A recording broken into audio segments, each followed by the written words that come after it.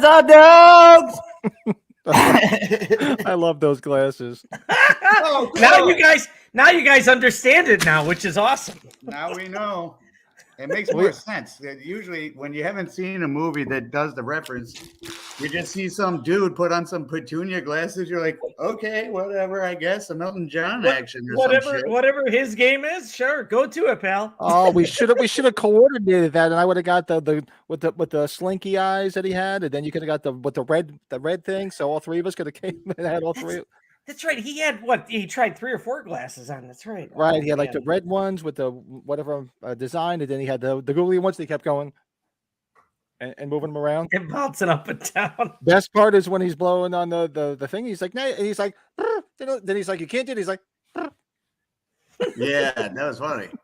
Well, we got a conversation about that movie coming up today, don't we? We certainly do.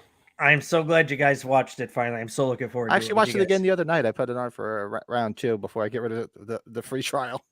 So I didn't have to pay for it. I had to watch it a couple of times myself, but because, well, we'll get into it. Yeah. Yeah. It's the thing is, when you watch it, it's not a quick watch. It's 2 hours and 20 minutes. So it's not like, oh yeah, I'll watch it again. No, it's not a quick watch. Like, you know what? It didn't feel like it to me because it doesn't feel long. We were anticipating it maybe, and it doesn't move slow. No, not at all. Not at all. So welcome everybody to the Terrifier 2 Collectors Podcast. No. Yeah, there you go. Yes, we're going to start the merchandising line. What's the only thing they got, right? Trick or Treat Studios? Yep. We got those at Michael's Horror and Pinball, if anybody that's interested. So how was everybody's week? Everybody's week going good? Well, it's the end of the week, I should say. How was everybody's week? It's been hectic as hell, man. I'm planning a convention, a wedding, a reception, all next weekend. Friday, Saturday. So Friday's the wedding. We got Tony Moran ministering April and I's wedding right in the middle of the Michael's Horror and Pinball. And then we got a reception following directly afterwards. And then the following day, right there at the horror shop as well, utilizing the Strickland Hale group next door as well, is a convention where Tony Moran will be there signing autographs. Cherie Currie from the Runaways will be there. We got live bands, food trucks, all kinds of shit. Nice. I was like hesitant this weekend because, it's easier to ask for forgiveness than permission. And I was sitting there vaguely thinking, did I ever tell the owner of the building that I was going to be taking over the whole parking lot for a couple of days? Oops. And then I thought, whatever. And then I got a hold of this chick that does the Economic Development Committee for Converse, the city we're in. And I told her we had a press release and asked her if she'd put something out talking about the press release. And then all of a sudden she became deputy dog, dude. And she texts me back and says, I'll make sure with the city manager that you got permission to do this and that you got fire escapes and all your stuff's up to code. I'm like, shit, what did I do?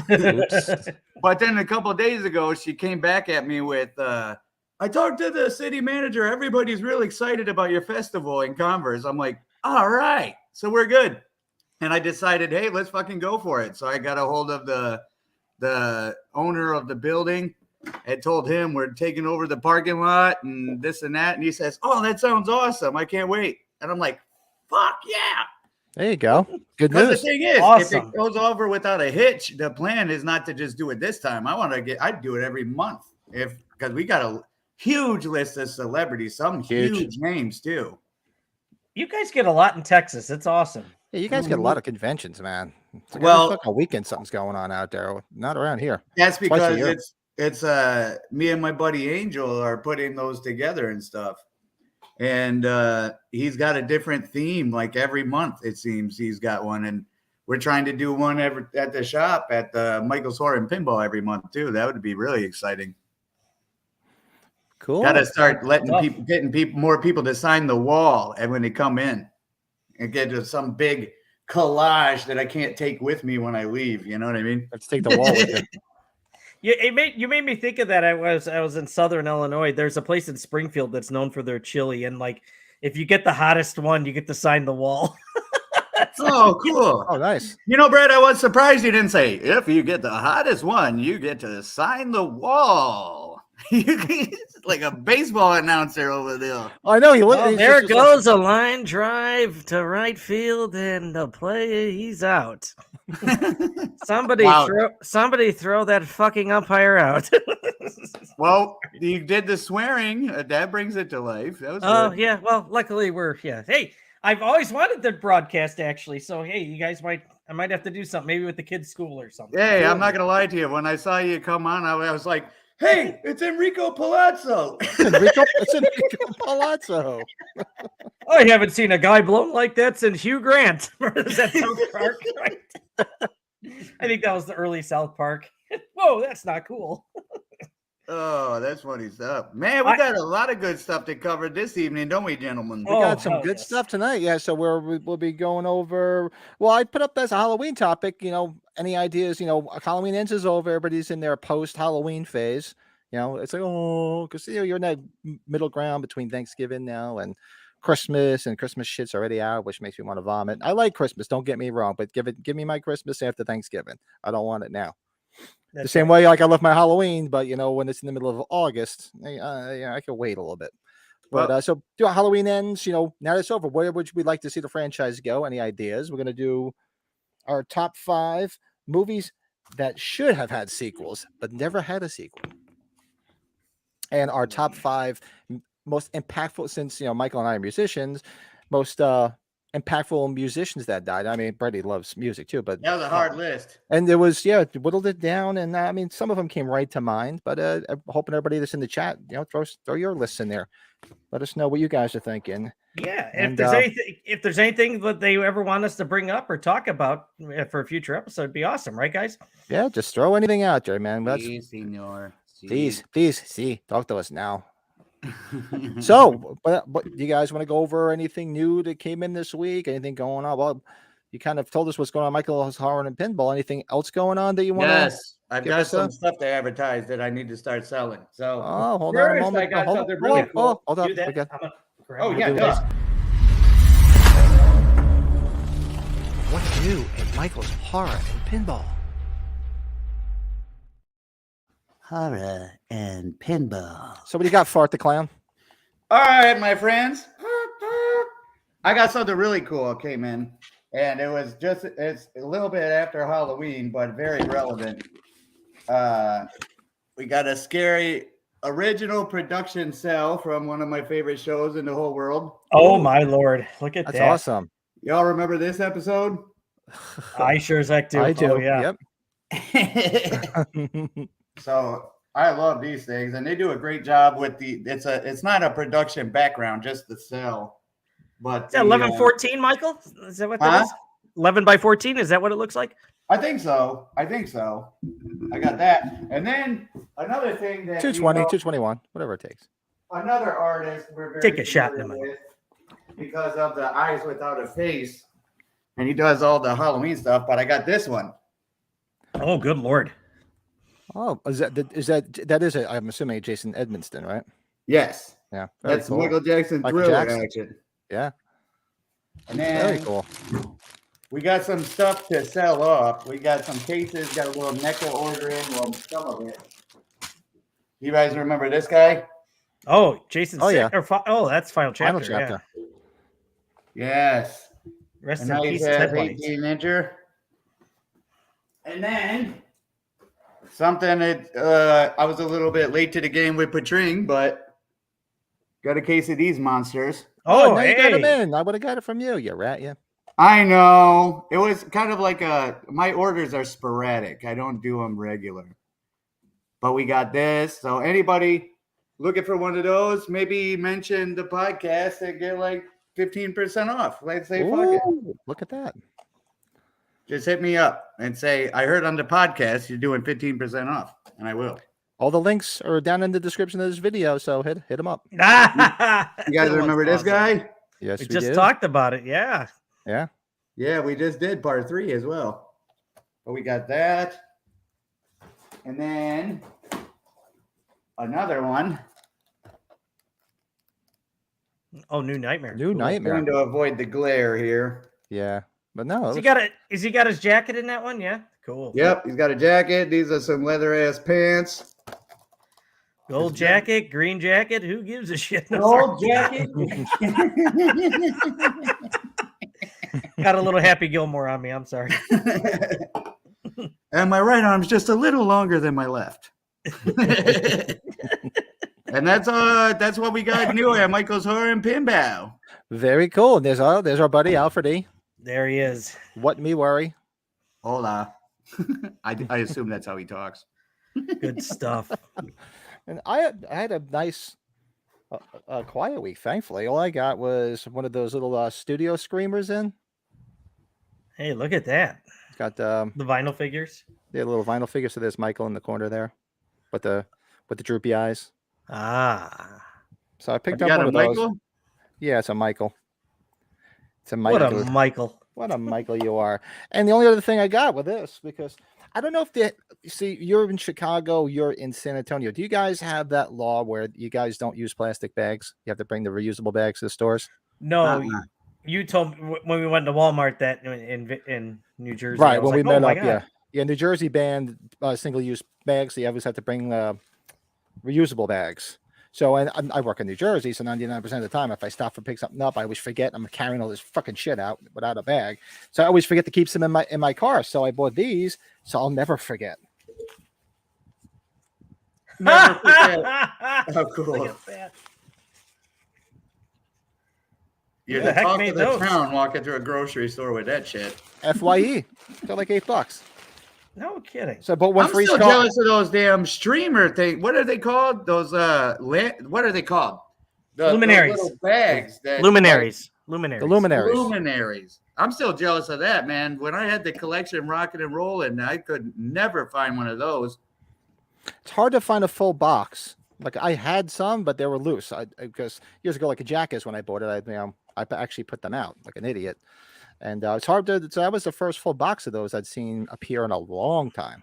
Mm, You know, stuff. I had to Oh, snatch. wow. I had to snatch them up. I was like, "Give me, give me, give me." I just had one thing, and it was that Walmart cover I found of Rob Zombie's Halloween 1 and 2. Oh, Never that's seen a this new Oh, cover cool. before. I never saw that one. Did you find Yeah. that in the store? This is at Walmart. Yeah. Oh, I was just there the other day. I gotta go tomorrow pick up a freaking prescription renewal. What is that, for- Blu-ray? It's regular DVD. It looks like here. I did not. Oh. But I just thought it was a nice different cover. It looks like they're taking something from the newer movies there. with Yeah, that. that's actually a pretty But- cool cover. I like that. Oh, I'll have to pick that up if I can. Like I said, my $7.50? Walmart sucks. Killer $7.50. deal. I'll have to go to the good Walmart by work. If I can have a week where I only spent $7.50 on Halloween memorabilia, that would be a success. Seriously, between the stuff I spent, this was like a $25 a week. That's beautiful. Bless you, bless you. My wallet's like, yeah. So that You're was still definitely- probably smoking from the Atari game, though. oh God, it's still not talking to me after that one. Have we found a place for our Atari game yet? No, I do have it on the shelf back there with some other cool stuff, but it's not the place yet. I have to find something cool. Did you ever does it have a plastic case around it? Yes, Michael Romano had it in a plastic case. So Okay, cool. Yeah, I was It's gonna de- say yep. if you need one, I got a couple still. now, fortunately, he had that because I don't know if he bought it with one or he just put it himself. But yeah, it's got a plastic case on it. You need thankfully. to do that like Raiders of the Lost Ark shit, right? With the light on it and everything. just like I'll just display it, and then I'll be like Nigel Tufnell. if somebody takes it from- off, then everything starts crashing down. it'll be like Spinal Tap. People come in and look at it, like, don't look at it. No, you it can't be looked at. Don't look at it. Just look over there. Let's go. Come on. And you just, instead of a big ball coming out, you just walk out with your fly down and just fucking run at people with your bag and shit. They'll run. And then if they fucking fall, you can just drag on top of them or whatever. It's gonna be one of those guys. Woo! Woo! Yeah. Oh man, so yeah, so that was a quick rundown of some new stuff, which is good because it's always it's a good week when we're not really draining the bank account, and there's not really much. Thankfully, it seems to be a lull, which is nice. I kind of, with Christmas coming, hopefully there'll be a little bit of a lull. I do love collecting stuff, but it was an onslaught for the Christmas past couple of sucks. months. That's the time of year you got to buy shit for other people. I'm just looking forward to Black Christmas. I love watching Black Christmas every year, Christmas time. What's that supposed to mean, motherfucker? Not that kind of Black Christmas. I just like eating. I'm sorry. I'm eating. I'm eating trick or treat candy from the kids without them knowing. It's a lot of fun. Yeah, my I forgot to advertise that I was going to go because it was kind of like a last minute thing to go into the horror shop on Halloween day because it's a Monday. We're not open on Mondays typically, but I decided, fuck it. You can't be a Halloween store and not be open on Halloween day. Hand out candy, yeah. So I went in there and we had a big ass bucket of candy and shit. But what I forgot to do was tell anyone on planet Earth that I was open. So fucking like So nobody came by? nobody. And I ended up taking off with this big ass bucket of candy and shit, which I've been taking care of business with that. Yeah, there you go. That a boy. Oh man, it's been a Reese's week, man. Oh, that's I'm about my to that's turn my into thing. one of them some bitches. Reese's are my weakness, and that's like when when I used to take the kids trick or treating, and they come home and they get all their stuff, and I look at it, and like I'd see the Reese's, and I'm like, guys, look over there, and I'm like, That I do. but they got mine hit is- to it, and be like, Dad, put the cup back and step away. I'm like, okay, fine. Dude, the peanut M&Ms is the way I go with that with the kids stuff. I'm like, hey, what's that over there? Oh, there we go. Don't Ooh. mind if I do, as Dave Chappelle said, Classic. half baked. My dad used to do the same thing. He'd look at I come home with my bag of candy. He'd be like, oh, how'd you make out? Look, he'd be like, oh, Mom needs you in the other room, and I'd hear in the back him shuffling through, taking all the freaking Reese's out on me. Did I hear correctly? Speaking of peanut M&Ms, did Eminem get inducted into the Rock and Roll Hall of Fame? Eminem did, yeah, No, so- that ad I read was correct. because he's so rock and roll. It's so I so think Dolly they're Parton. missing an aspect there. Next thing you know, they're gonna put in actors and shit because They they're put, not. they put Dolly Parton in it, and she didn't even want to go in. She's like, I don't know why you guys are nominating me, but you don't have to. Get somebody else. But they're like, nope, we got to put Dolly in, Well, was it Pat Benatar this year? Which I can understand that which one. was long overdue. Long. That makes overdue. sense. Yeah. And Judas Priest went in. Oh, Rob Um, Halford, the man. There you go. Judas Priest went in. Duran Duran went in. Now my kind Surprised of they're music. not in yet. Well, Dang. Duran Duran was never my kind of music. I don't dislike it, but they were. Duran I mean, rules. when I was a kid, dude, they were fucking huge. They should have been in a Girls long on time ago. film. Come Yeah. on, you know that one. They should have been won't a cry for long time ago. yesterday. Compared to some of the people they've been putting in the last 10 years. Yeah. Her name is Rio. Man, we could go on and on with Duran Duran. They're The just reflex, fucking hit flex, flex, makers. flex. Who's that? Ooh, dickheads here. He always gains a pound. Reese's, hey, Lee, at least you only gain a pound. I'm not Hey. really big on the scale. Peanut butter. That's protein. You're fine. Yeah, exactly. Absolutely. So, what do you guys? So tonight, one thing I'd put in there because we always try to have something related to Halloween, if not just for our collection, but chat wise. So now all the hoopla has died out, thankfully, over Halloween ends because I'm Long not overdue. over that shit yet. I. I'm not over that shit yet. I'm still going through therapy It's- 3 days a yes, week. It's just like it still touched me in an inappropriate place, and I can't get over it. So, but now, aside from the way Halloween ends was, where would you like to see the franchise go next? Any ideas? I've been reliving, the lost scripts from Taking Shape Part 2. And some ideas would be good to cherry pick from there. And actually, if you listen to it, they did pretty much cherry pick some ideas for certain sequels. Aspects. Yeah. But I would like to, honestly, try to find a real good follow-up to Halloween 4. I was thinking that too. Even though they do have part 5, they could have, That could easily be done away with. And I have like I said, a soft spot for part 5, but I think it would have been good, especially now with Danielle really wanting to come back to the franchise, explore an older Danielle Harris as Jamie Lloyd. I think that'd be fucking cool. I agree with that. Big time. I've been having customers coming into the shop, and it seems, and this has happened Oh, bullshit. multiple times. It seems the general population thinks for some reason that Corey shit's going to continue. Nah.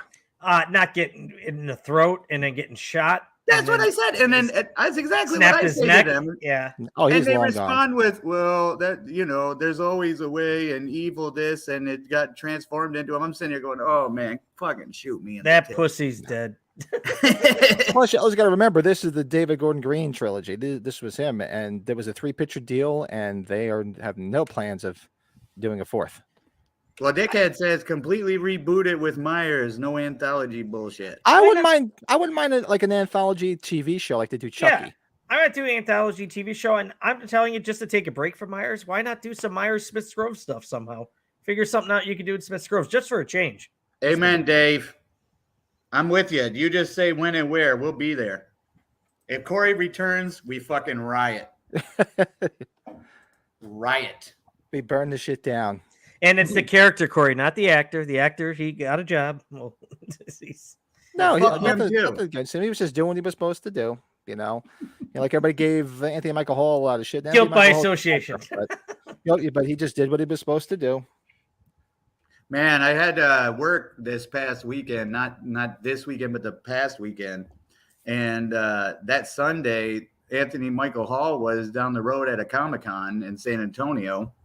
And I gave my poster out, and for the first time ever, I relinquished it to a friend of mine to get signed. We're talking about the Halloween poster with over 120 signatures on it. Oh. And there were a couple places to visit because I needed Tom Matthews from Friday the 13th Part 6 on my poster. And then I needed Skeet Ulrich on his Scream poster.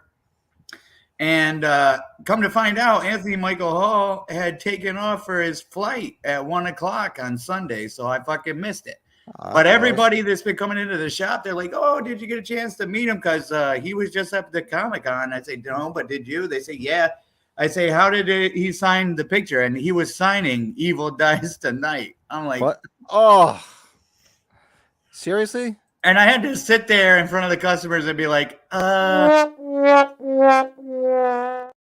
that's cool. Congratulations. I saw it happen because I wanted to see how it turned out. I thought getting a bat would be cool, obviously being a sports guy, and he had the bat in Halloween Kills. He signed it Evil Dies Tonight. I'm like, oh god. I would have had to cut him off, and he would have wrote Evil DI, and I'm like, hey, what are you No. doing? No, that's what I say- that's what the guy wanted. You might as well put Evil Dick on there, and then my poster would just say Evil Dick, and it would just because I could have to cut him off and say, hell no, we're not doing Evil Dies I would have. Tonight. I would have did my best. Beetlejuice has been, and nobody says the E word. Evil Ugh. Dick. We're gonna do a movie where Myers was in a prison about to execute. Yeah, exactly. That was one of the. Yeah, that's one of the taking shape. That was one of the episodes, taking shape, one of the lost scripts, so to speak. Yeah, there was some interesting ideas that they should revisit. And even if they pick pieces and parts of a certain amount, I mean, thankfully, and even Carpenter was on board about sending him into space, right around. I'm like, oh, thank God they didn't do that. Well, John Carpenter hasn't had a say in that shit since like the second one, right? And like No. 1981. Go back and revisit Taking Shape 2. There was a few times that they did reach out to him, and he was Yeah. involved a few different times. Can And you he give us got- some spoilers here? He Like, got a little deep with 4 too. And He did. He got real deep with 4. what he's doing about part 4? Well, just being involved with executive producer. I don't think it was more of a creative thing. I don't think, right? No. Pat? Well, that's Not what I'm really. talking about. The creative aspect to it, not just collecting a paycheck for using the music. No, they were consulting with him, and Him and Deborah Hill. Yeah. they were really trying to bring him on board to direct. They were really making a pitch for him to come back and direct it. And it was talks that he was interested in doing it, but Deborah Hill was a little bit into it too, and then it just fell apart. There's so many different things that they would try. This, I mean, for those that haven't read it, go back and read Taking Shape too, man. It's just a lot of shit that you didn't know what was on behind the scenes of all the different times and all the people they reached out to like craft scripts and all the shit that went on, and it's just very interesting. And true story. If you spend a lot of time in your car or whatever, and you don't got time to read, or you Audible. hate reading like me, get the audio book. I Yes. mean, it's right there, just like listening to it. You're getting sick of the shit you're listening to, music wise. Just fucking put on an audio book. Fucking check that shit out.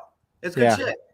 Yeah, it's I would- definitely worth it. I wouldn't think Carpenter would have done it because he was in the middle of like all those movies came out around that time. He did Big Trouble in Little China, Prince of Darkness, They Live. Those Big are all Trouble during in that Little time. China. It- Little China. Well, there was one instance where Little China, is that what you said? I feel so Oh. fucking dirty. I need to scrub after some shit. Big Trouble. Little China. Big Big Trouble in Vagina. Little China. China. Well, you know what? If I remember correctly, because now the cobwebs are wearing off. Little China. Carpenter was Carpenter was approached for part 4, but he had like some obscene. He wanted like $1 million to direct it, and they were like, "Forget that." That's what it was. He has like an obscene amount of money, and they just said no. He said no because it wasn't going to be Big Trouble in Little China. I'm gonna make this Big Trouble in Little China instead. Well, in You Little guys are China, killing there me. is big trouble, I'm sure. Like, Yeah. Well, Little Trouble in Big China. what do you think, Brett? Where should they go with the Halloween shit? No, Do you ever- no, yeah. So I was, I'm all for some sort of TV show, though. I would do some just an off spin, like an anthology thing. Something maybe at Smith's Grove until you can reset it. You know, I mean, it needs a break, man. It really needs a break. All these think so? movies. Well, I'm not saying that I wouldn't want them to, but I'm just I'm predicting, I guess, is the best way for it. You don't want to rush anything either. You know what I mean? Right. Well, I don't know. Eminem, when he put out an album that was total trash, like he knew it and then put out another one like 3 months later just to fucking get it wiped off the map.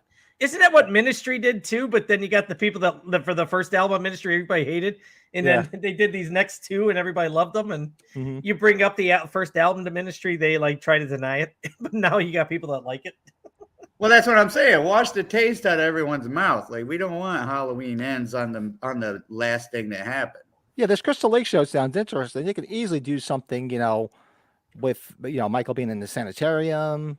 Stories, because there's a lot of things that happen in the original novel while he's in the sanitarium that nobody ever knows about.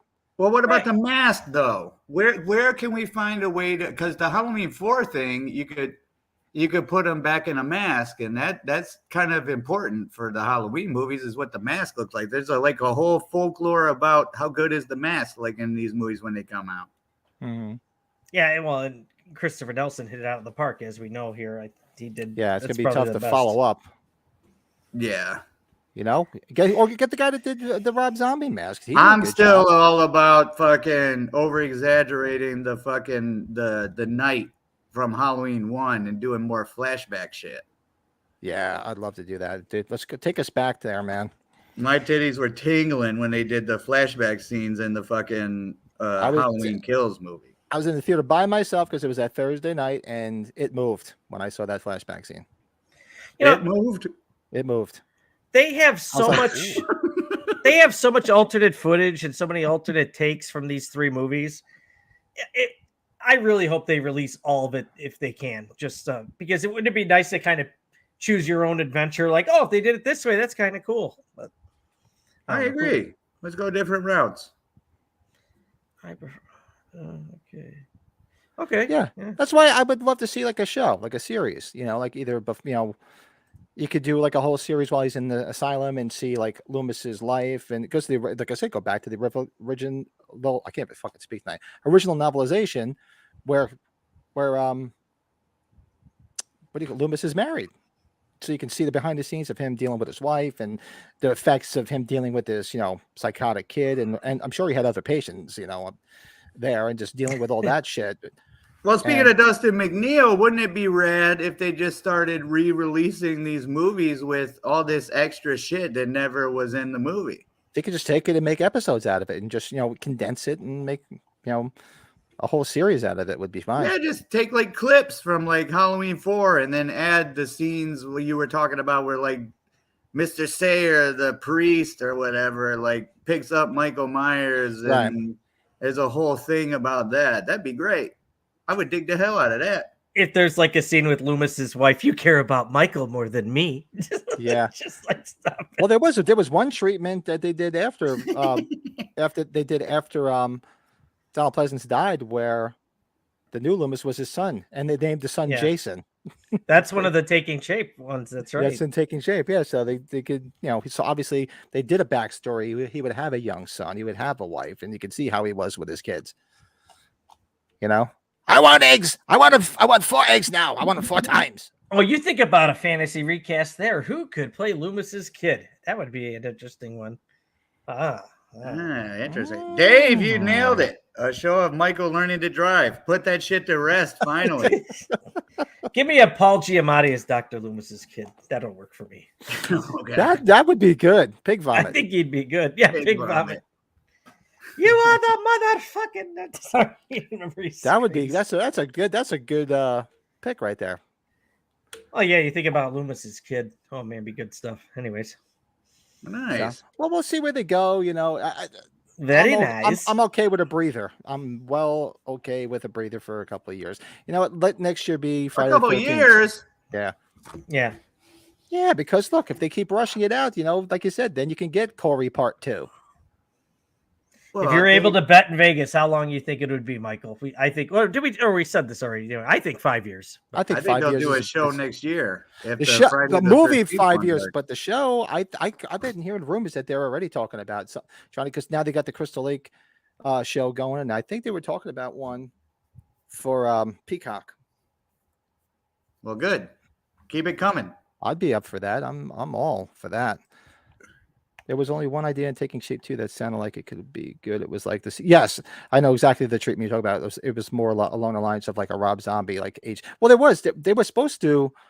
I mean, actually, well, guys, make sure everybody comes back next week. It's Dustin McNeil. Well, I'm going to confirm with him. He did confirm that he'd be on for the 13th. There is that one treatment.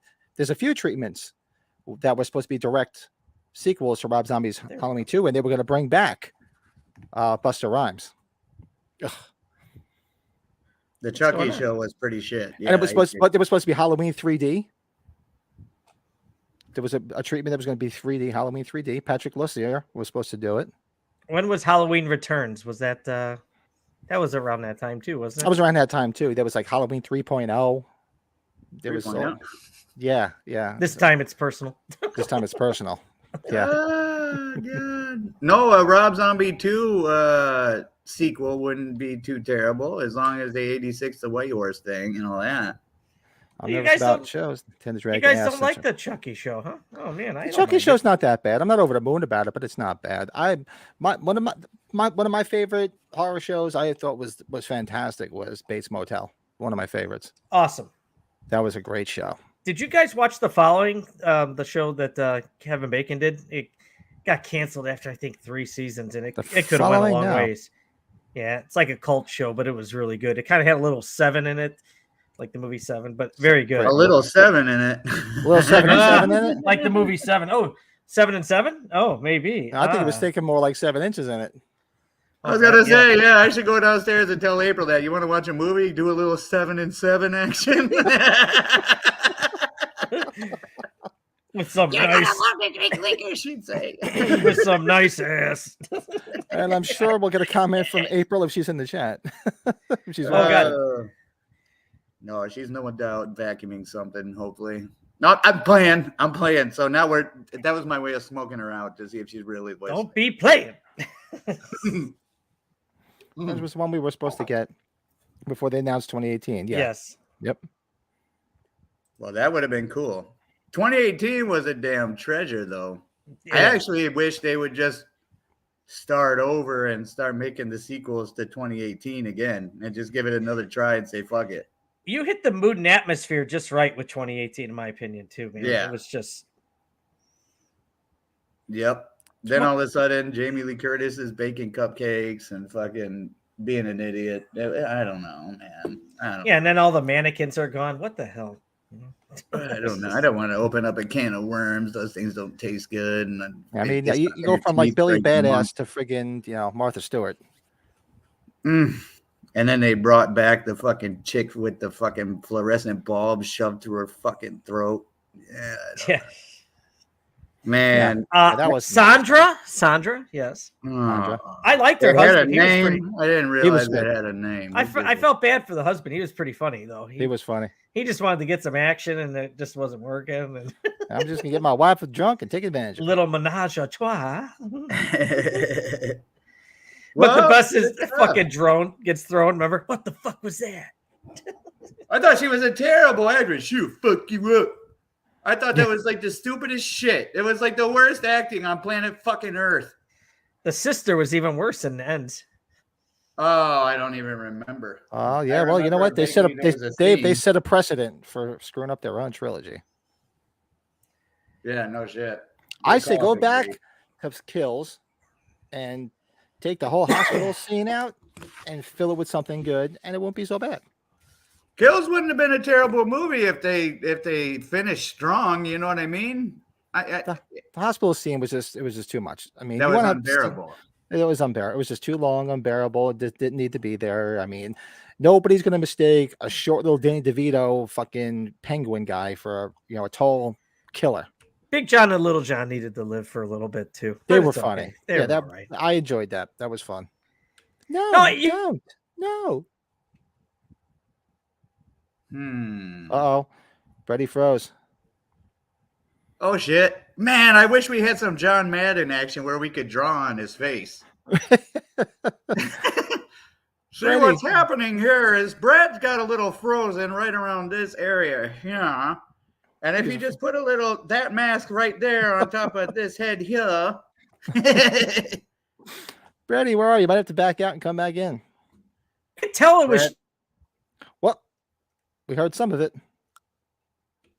if Are you you're going through a listening, tunnel? We love you. Do not go to the light. Yeah, Don't go to the light, Brett. Nice. No, man, we could go on and on with this where should Halloween go thing, but I seriously I like the idea. I think the most logical is to like bridge the gap between like him getting incarcerated as a kid and then escaping as an adult. Mhm. I think that's where the most room is, but you don't get to see a Michael Myers mask in that scenario though. Right. That's the thing. Then the mystique of his face is, he backed out here, and he's coming back in there. There he is. Oh, I was frozen like twice again. I was like, See, too bad he didn't have the glasses on. Like, all right. I was sitting there. I went on the phone. I'm like, oh god, I'm frozen live on YouTube. Oh man, that's fun. And we were trying to figure out a way to madden you and start drawing on you. Well, he's frozen over there, and he's. If you see his eyes start closing, then we know.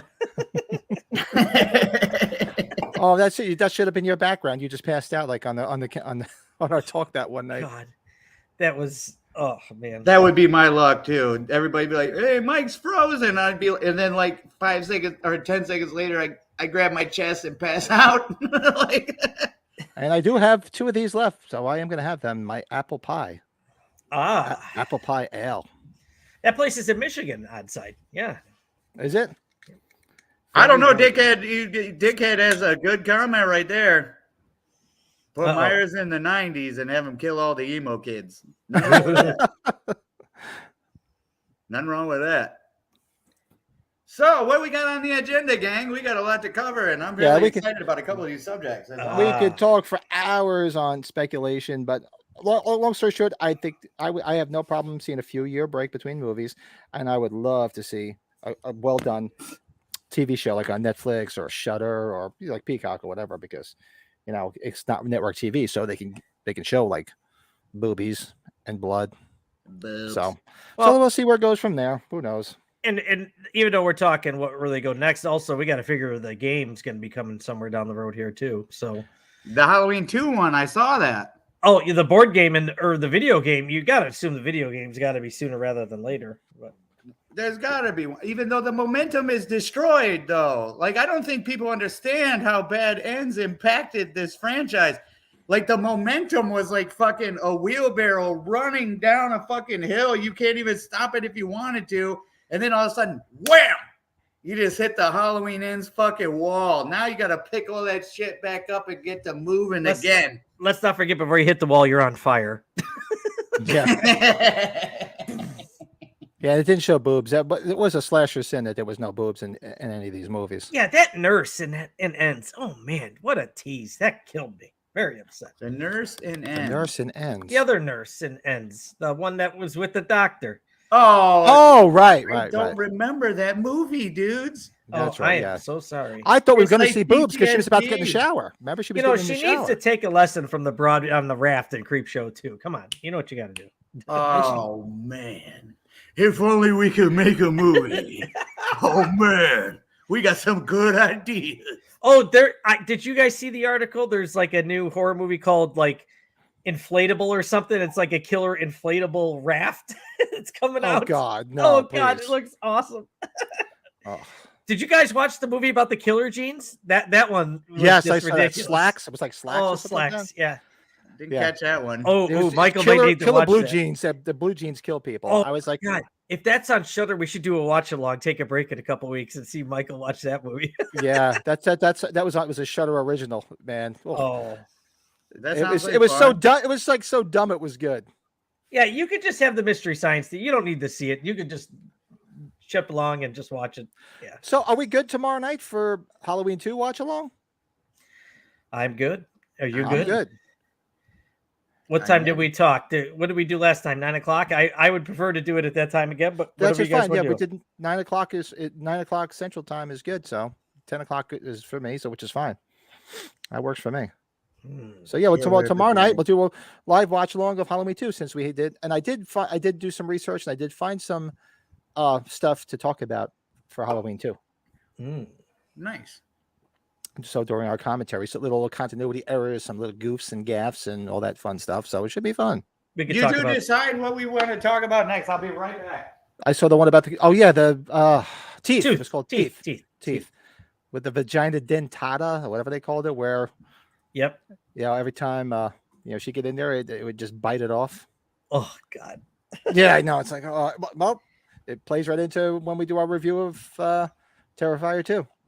Minus the Terrifier 2, so not the musician deaths. Did you come up with 5 for each of the other ones? I was drawing a blank on a 5th one for the movies that should have sequels. My 5 movies. Well, I didn't. I mean, most of them are horror, but I didn't. One of them is not a horror movie. Same Because here. we never really, for all the stuff we were talking about, we really didn't specify horror or whatever. But I always just think horror because that's most of the movies I watch are horror. But yeah, actually. Do I have? I actually do have. I did pretty well with this. I actually have an honorable mention too for that. Nice. So let's go right into that. We'll do our top 5 movies that should have sequels. Good Now, one. we're lovers of the Halloween franchise. We love our Friday the 13th franchise. So you want to talk sequels? There's plenty of them. But what about those movies that you really, really liked that said, you know what, that'd be cool if they would have done a sequel to that movie and see where it would have went after that. So we narrowed it down to 5. I do have an honorable mention. I'm just going to throw it out there because I was trying to figure out a way to put it in there because I love this movie. And how cool would it have been to see part 2 of Who's Next? I was going to put that on my list. That's awesome. But she was such a badass to see if they put You her mean in You're another Next, situation. right? You're Next. I'm sorry. You're Next. Yeah. She I was actually so wrote it cool. right. I read it wrong. You're Next. Michael, did you see that movie? Oh, Did you I see hope You're you've Next? seen it. I have not seen that one yet. I don't think. You'll we laugh at won't that one. We won't Oh. spoil it, but go watch You're Next. Great movie. It's There's from a the same badass. guys that did Ready or Not, I think, too. Ready or Not's a good one, too. I think, yeah. Right? It was the same guys. Yeah. Go watch You're Next. That was a great movie. All right. The girl in it was a killer, like final girl. Badass. Oh. So I would love to have seen like them take her character and do something else with it. That would have been a lot of fun. So that's my honorable mention. But my number 5 is one of Michael's favorite movies, Halloween 3. Negro, I swear. Oh. Oh, man. Oh, man. I knew that was going to bother you. I'm like, I got to fit it in there somehow. Could have said Halloween Ends, you know. No, I don't want to see what happens after that movie. I was kind of running with the idea of movies that didn't have sequels, and I think Halloween 3 is one of those. Didn't have a sequel. Absolutely. Definitely. See what I could happens see that. after And I'm not that. allowed to trash talk Halloween 3 after Halloween Ends came out, remember? That's true. Not for a while. Not for a long while will I be So- able to talk shit about any other movie. I would like to about see what happened, and when he turned, when that third channel wouldn't shut off, and what happened to all the kids, and where it went after that. See if Dr. Chalice got to bang any more hot girls that turned into robots. Robot. Mm. What about you, Ooh. Michael? My number 5 was Christine. Ah, Yeah, I thought it'd be cool to see a second Christine movie. Not that there's, not that you could keep the same character or anything, but get another cool character in there that buys the car again. And it just happens again. Like, fuck it. yeah, that's good. I didn't even think of that. That's definitely a good one. you could continue with something like that. They're very easy. I want sequels to the Friday 13th and Evil Dead remakes. I love those movies. They definitely need Derek Mears back as Jason. Oh yeah, Derek Mears is good. Good Jason. He's decent. What do we got here? I'm going to give you my honorable mention. It's a non-horror film, and we've talked about it before. I want a sequel to Kingpin. Woody Harrelson, Bill Murray. Give me another Amen, one, brother. I want another one. Give me another one of Amen to those. that. And we can't have Grumpy Stole, Ben, because We they're- could. That would be rocking. I mean, It could that's be in a us super three. fantasy It could world. It could be Yes. just us right here. There you go. But yeah, no, I wouldn't be cool with them replacing Jack Lemmon or No. Walter Matthau. That would be unbearable for me. Number 5, my number 5, it would have to be with Michael Keaton too. Beetlejuice. We need to see a Beetlejuice sequel with Michael Keaton. Weren't they doing one? What happened They've to been that? talked about. I don't know where it's at, but right now it hasn't happened as far as I know. So Yeah, I thought they were on board for that. I thought it was actually happening. Then I didn't hear anything more about it. and that's in horror comedy in that realm. So that's right. Yeah, I'd love to see that. Now's the time to do it. Michael Keaton's awesome in that. So yeah, Ah. Beetlejuice. That'd be a good one. Amazing movie. Ah. I My bet you he number- could do it too, even though he's older. Easy. No, he could definitely pull it off. Oh, yeah. Definitely pull it off. It's My a number makeup act. What is my number 4? Oh, my number 4 is one of my favorite movies. I would love to have seen where it went after the final scene. The Warriors, Oh yeah, the gang. the gang. Where's Let's my- see who would have took over after Right. Cyrus was killed and what happened after they got back to Coney Island. So I definitely would have loved to have seen a sequel to the Warriors. Nice. Number 4, and if you think about the ending of the first one, like there was a lot of opportunity. Was Clockwork Orange? Oh God, I would love to see where Alex would go. Good call. Yeah, Clockwork Orange. I was hesitant with the horror thing, but it's pretty close. It's pretty close. Do you know That what? was, Get who was the guy that just did Doctor Sleep? Get him to do it because he did a fantastic job with the sequel to The Shining. You know what? Those two movies you guys just brought up, I saw them both the same week for the first time in 6th grade. I'll never forget that. That's funny. The Warriors and Clockwork Orange. That's kind of cool. I remember that. Every time I think of that movie, I think of the other one. So that's cool. Clockwork Orange is a fucking classic, man. I would love to see another Gremlins movie after Gremlins 2, but without CGI, I don't know what would happen with it. I'm a big Demented Gremlins Pictures. fan. Good evening. Good evening. Hello. Good But I evening. I love the Gremlins films. They're fun. They got the little scary aspect to them and the Gremlins and Gizmo. But Well, I'm glad you said that. You'll see why later. Ooh, everybody's intrigued. very nice. So Okay, now- It's nice. Good one. and What you got, Big Pat? I'm sticking with my Carpenter vein, and I would love to have seen a sequel to They Live. Oh, look at that. What happens? What happens when they expose everybody? All That's the another aliens. that's another movie Michael hasn't seen, I don't think, right? That's Oh, Michael, we true. got to watch that movie. Oh man, that'd be fun. That's the one with the bubble gum line, right? Roddy Yeah. Piper. Yep. With Roddy I know Piper. this much.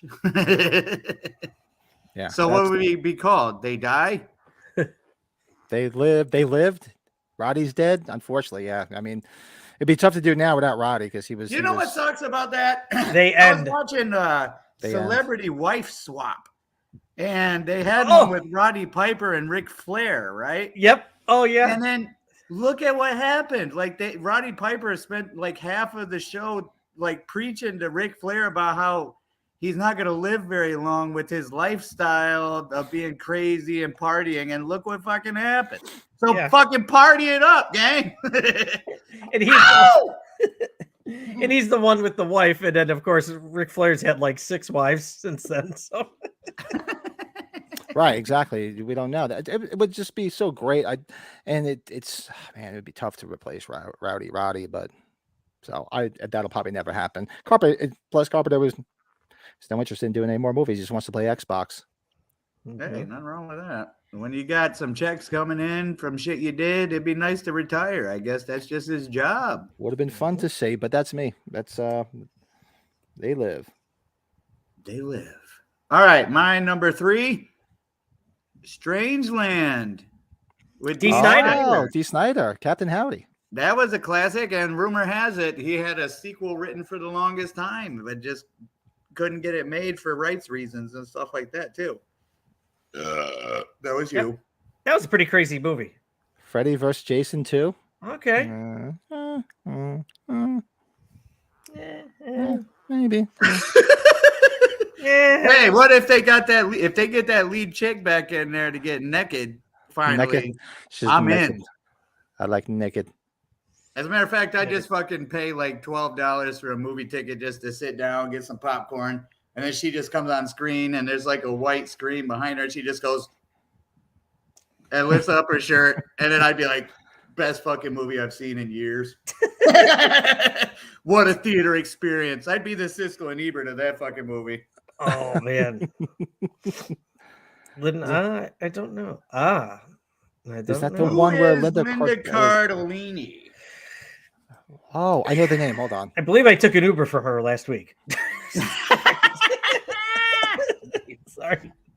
My Uber driver? You want to see her naked? Nothing wrong with that. Pat, look her up. The name sounds familiar. I know the name. I can now I see her face. I recognize her. She's been in a couple of things. Scooby Doo, Dead to Me, Freaks and Geeks, La Lorena. Pat, I got a good one for you because I know you're gonna like it. My number 3 is Silent Rage with Chuck Norris. Let's get a second one. Come on. Oh yeah. Oh, I didn't Yeah. think of that. Yeah. Did you ever Yep. watch that yet, Michael? Yeah, Did Velma. Velma and Scooby Doo. That's You... Ah, it. Yep. yes, Velma. She was cute. Super cute. Silent Rage.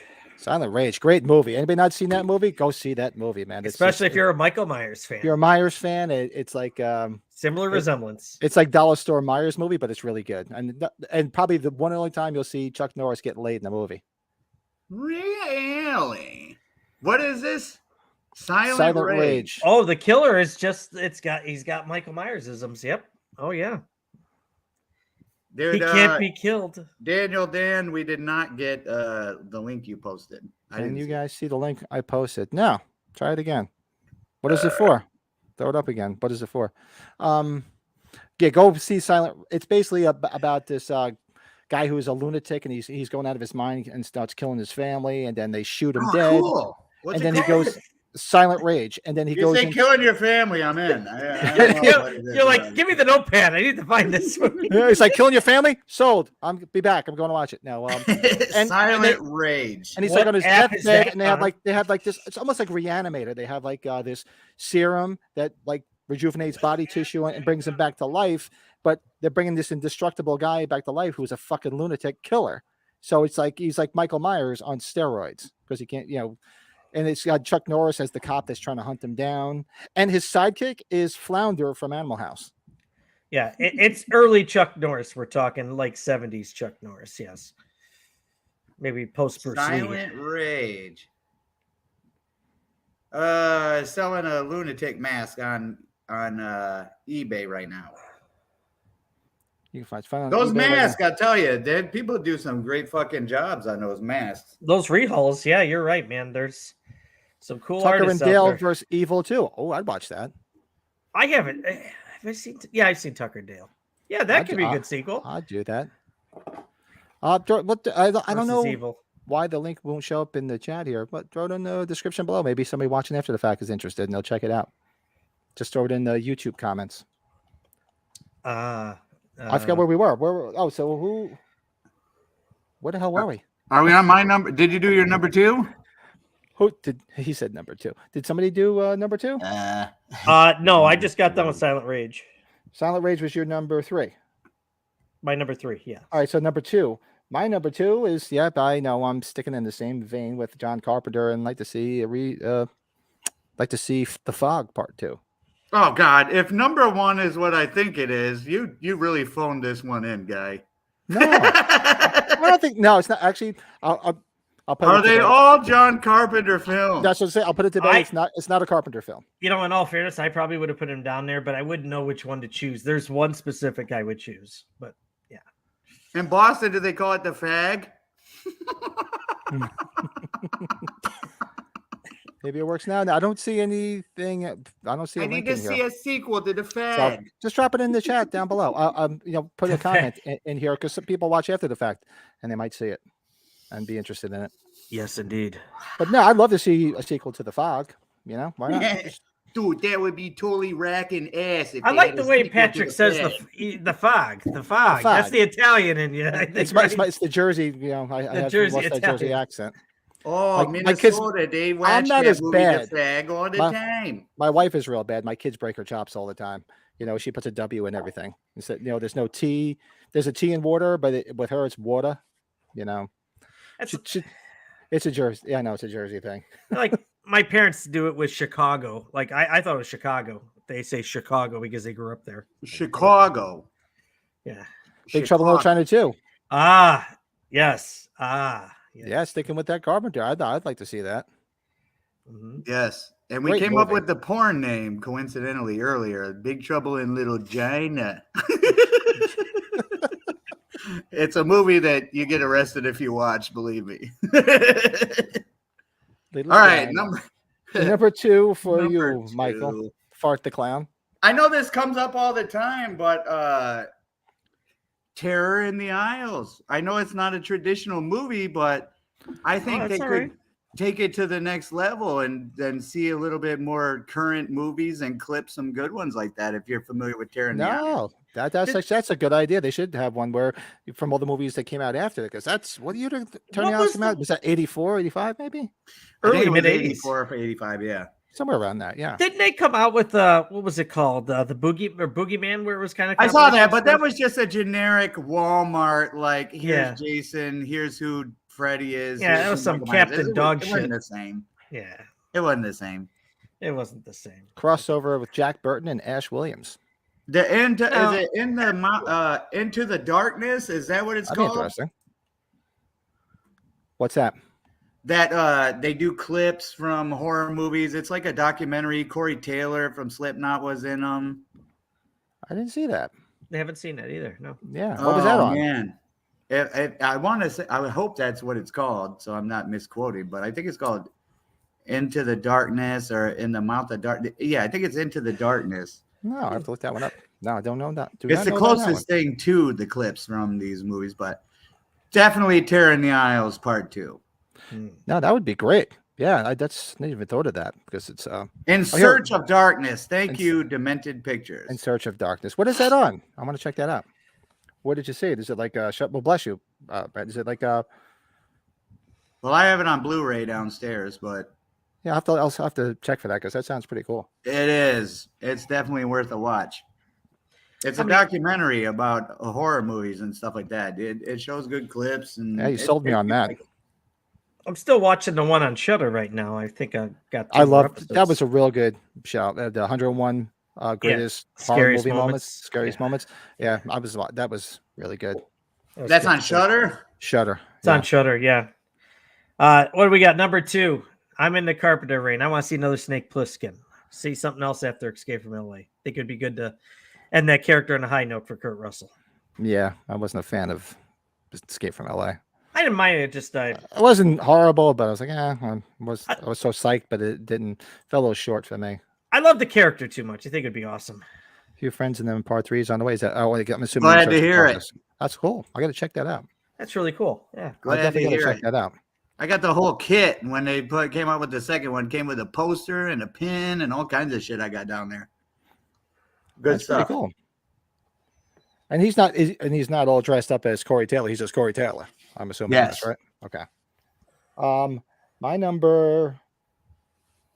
We're at number 1 already. So my number 1 is not a Carpenter movie, Thank God. but the season is coming, and it's one of my favorite horror movies. Sequel to Black Christmas. Ah. Yeah, we've had enough remakes and fan films, right? Yeah, no, I don't even count those because they just stole the name.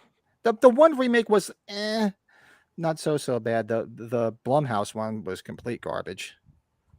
But I would love to see a real, true one. I mean, if you guys follow Dave McRae, I know he did his own little fan film, which was actually pretty good. It was a good way that he went. Yeah.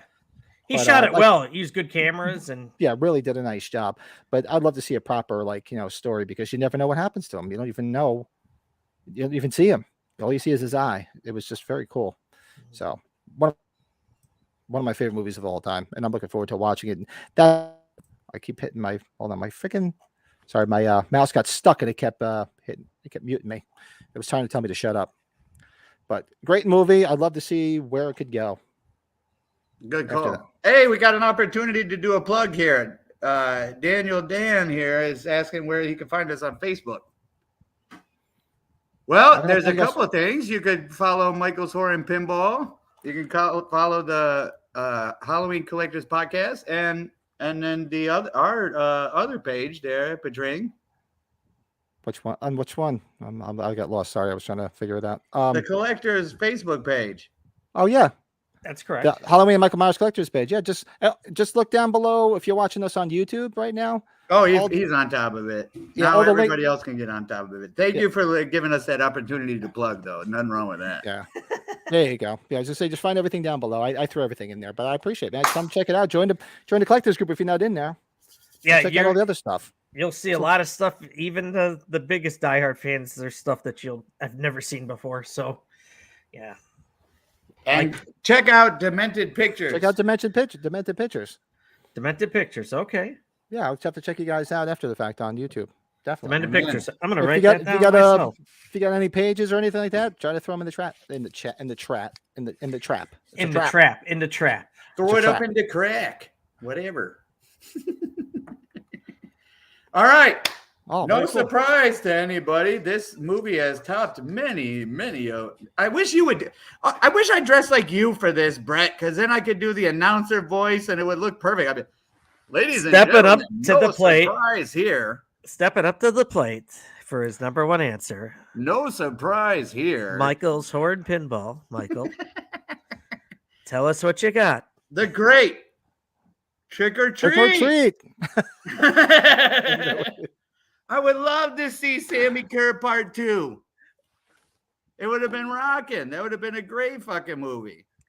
Send me about. Okay, I'll check it out. Yeah, as soon as we're done here, I'll definitely check it out, Dan. Cool. Very cool. Yeah, I knew it was coming, so I was like, trick or treat. Trick or treat. You're gonna laugh your ass off. So that's my number one, but I want the anthology one with Sam. Do another trick or treat of that. I was gonna say that's my honorable mention was Trick or Treat. Trick or treat. Yes, that's my number one. I know it's gonna happen sooner or later. I think it's gotten so popular over the last few years. Yeah, So I'm we're- surprised they haven't done anything with that because it did. I think it did much better than they were expecting it to do. Oh man, when we do these conventions and stuff like that, people come cosplaying, and a lot of people dress like that Sam character. So there's definitely a huge following for Huge. that. Huge. Yeah, That's- so I'm it's- surprised they haven't come out with one yet. That's like that. Have you guys heard of the movie Satan's Little Helper with the killer on Halloween becomes friends with the kid? Oh, I thought you were talking about my daughter. I thought you were talking about the dog on Simpsons. Ah, yes. No, look up. Yeah, Satan's Little Helper. Oh, it's a trip and a half. Cheesy horror movie. That might be another watch along.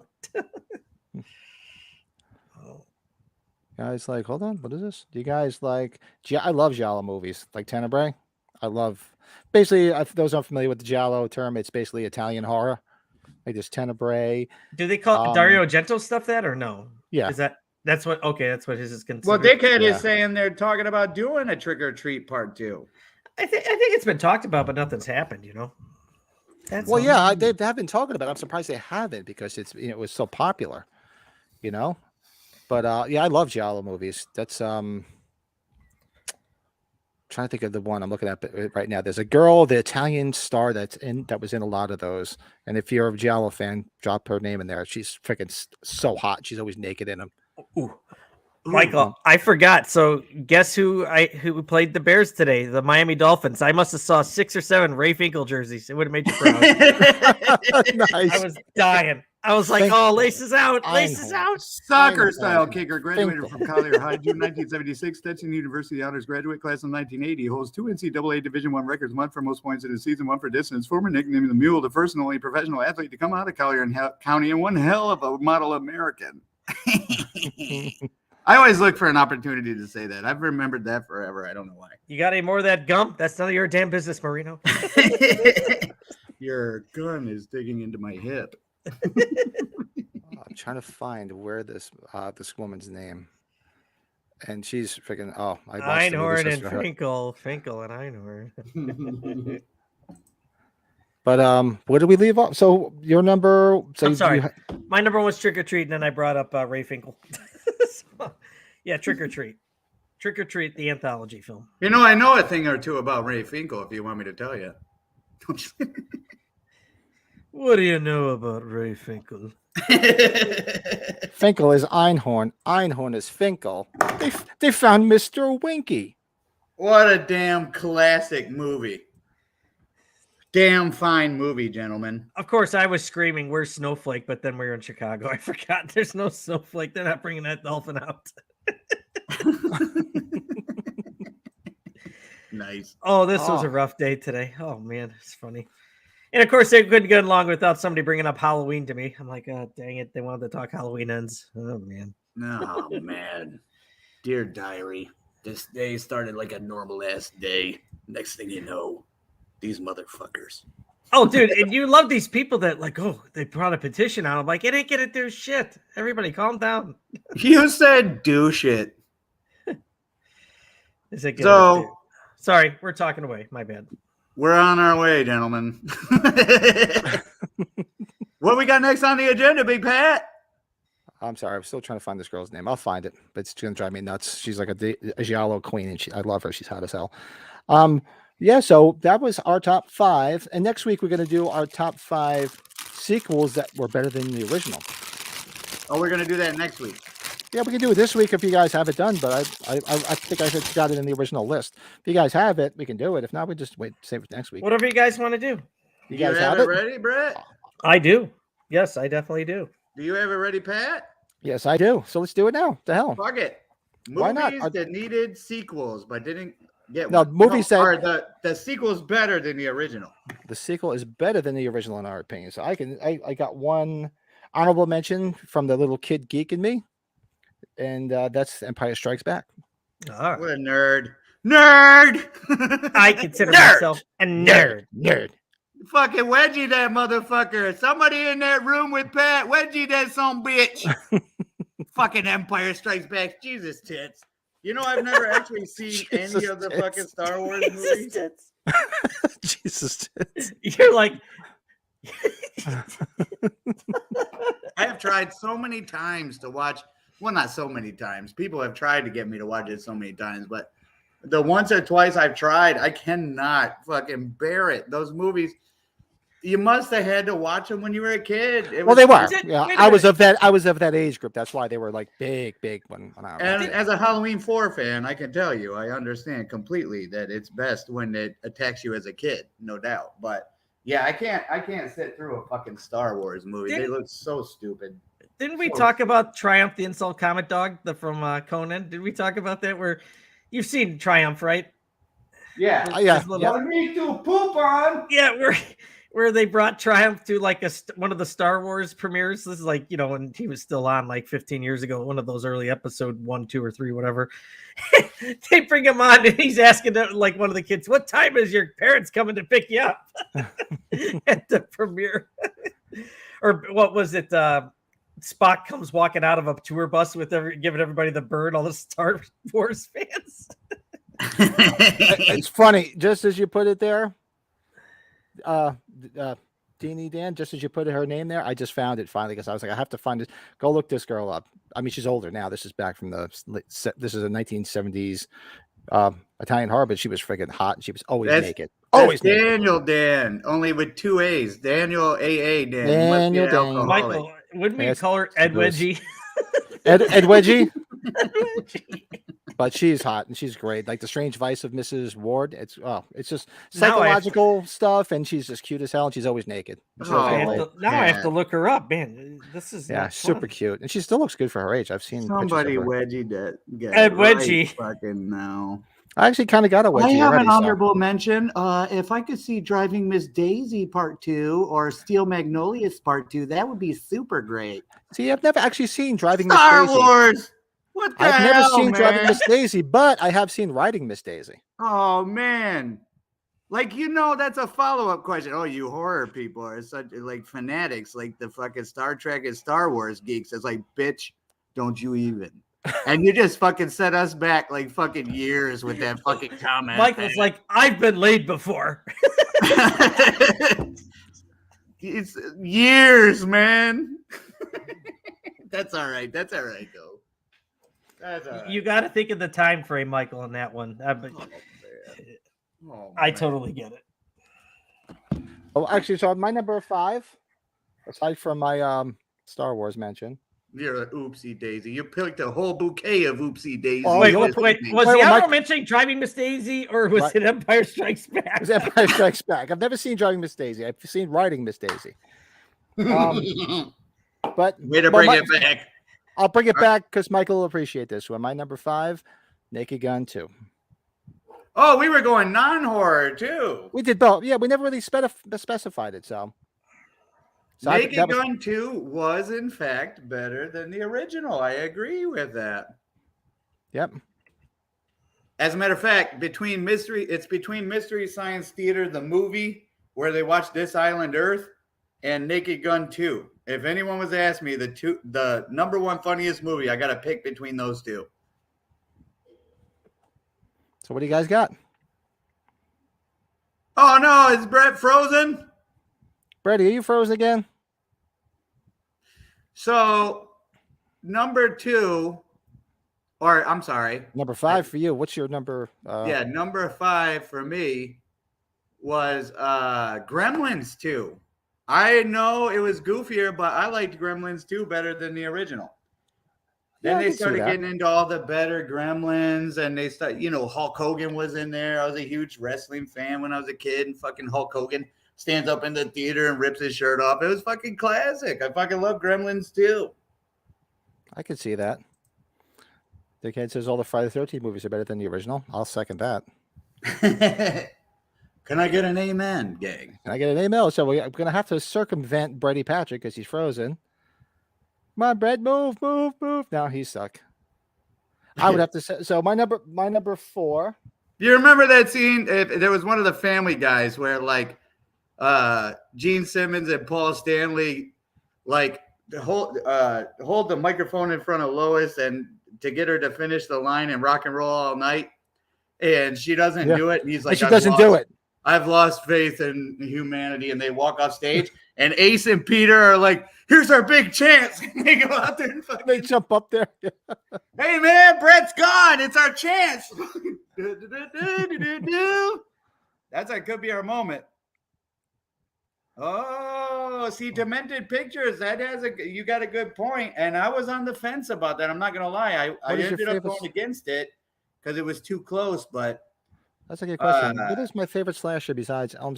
I mean, if you're talking a series or just the movie, I like Psycho. And I know people don't consider that a slasher, but I mean, like, what do you consider a oh, slasher? it's definitely a slasher.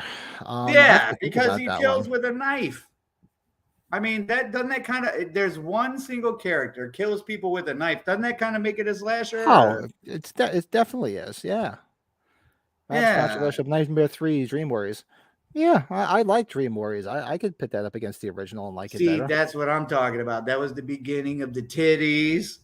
We got some titties in the Nightmare on Elm Street franchise with that one.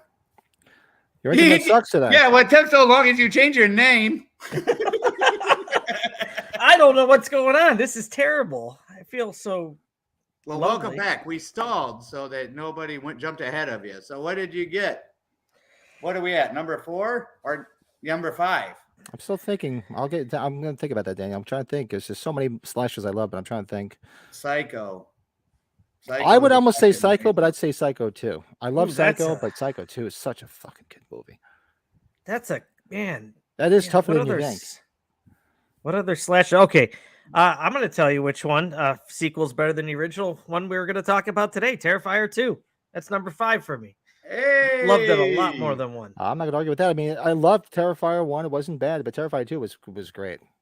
Terrifier 2 was brutal. And not to tell a family secret, hopefully this isn't a PG rated show, but let me tell you what you don't want to do before watching Terrifier 2 for the first time is be completely bone dry of anything, let's say, Mary Jane related. Hmm. And go 6 months without any of that. And then go through your closet and discovered that you have a bag that still contains one little edible little gummy worm in that motherfucker. And then you take that son of a bitch and you eat it. And then you sit down and watch Terrifier 2 for the first time. I can pinky promise you, I was freaking out. Like I was fucking panic. I was like, not another What's coming at me? He's kill. coming right at me. Jesus Christ. Were you seeing the little girl everywhere? Oh, it was fucking unbearable. Don't you And like it you're when he's sitting just there thinking- laughing? He's like, You're sitting there thinking, this shit could really happen. Did we lock the doors? Like, it was unbearable. And you know what the worst part? And we're going to get into the Terrifier 2 here pretty soon. We're going to Yes. do a review of that son of a bitch. So Yep. I don't want to give away too much. So we'll move on. Yeah, we'll get back to that. Yeah, we'll, we'll we'll, get back around. to we'll that. circle back to that. check So- back in 10 minutes. So my So, number. Did My you give your number, number? did you do your number 4? I didn't do No, number 4. oh, did you guys do? Oh, okay. we just yeah. went 5, and then you came back in. So you said 5 was Terrifier 2.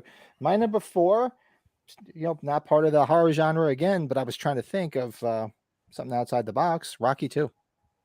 Oh my God! I probably would have had that as number 1. I didn't go that far. That's awesome. See, Yeah. I did do horror only. And if I don't want, I'm sure if you guys weren't doing just horror, this has to be on someone's list. Because in my opinion, this has to be the most dramatic difference. But it's not horror and not on my list because I thought I was doing, Rocky 4 is my favorite too, Big Dan. But the Yeah, Rocky best 4 is good. sequel versus the original has got to be Terminator 2, right? That was on my short list. That's gotta be your. Yeah. What do you mean your short list? My Like short bus list? my short bus list. No, ones I wrote down, and then I just try to whittle down to which ones. So number 4 for me was Chucky movies, and there's a few of them. I like Part 2 better, and I liked Bride of Chucky better. Yeah. So I put number 4, Child's Play, Part 2, and Bride of Chucky. You look like Drago. I must break you.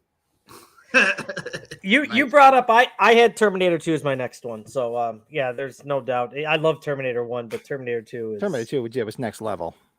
Yeah. That was That- James Cameron. That was that was like the greatest because when you watch that when it first came out, that was like the most incredible effects there was by a long shot.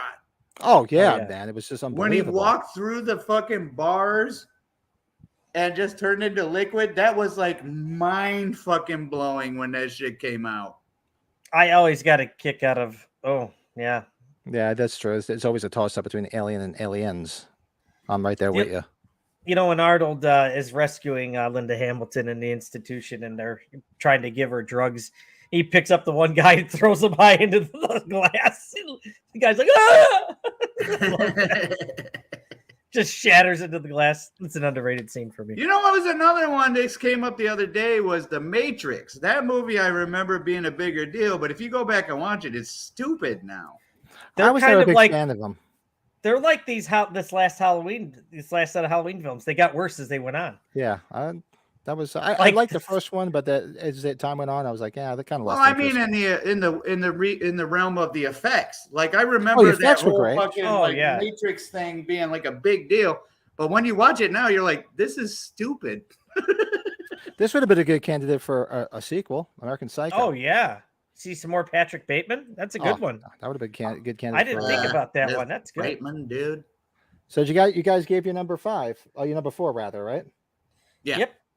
My number 3, same thing. Not part of the horror realm, but by far better than not by far because the first one was a classic too. But Godfather Part 2.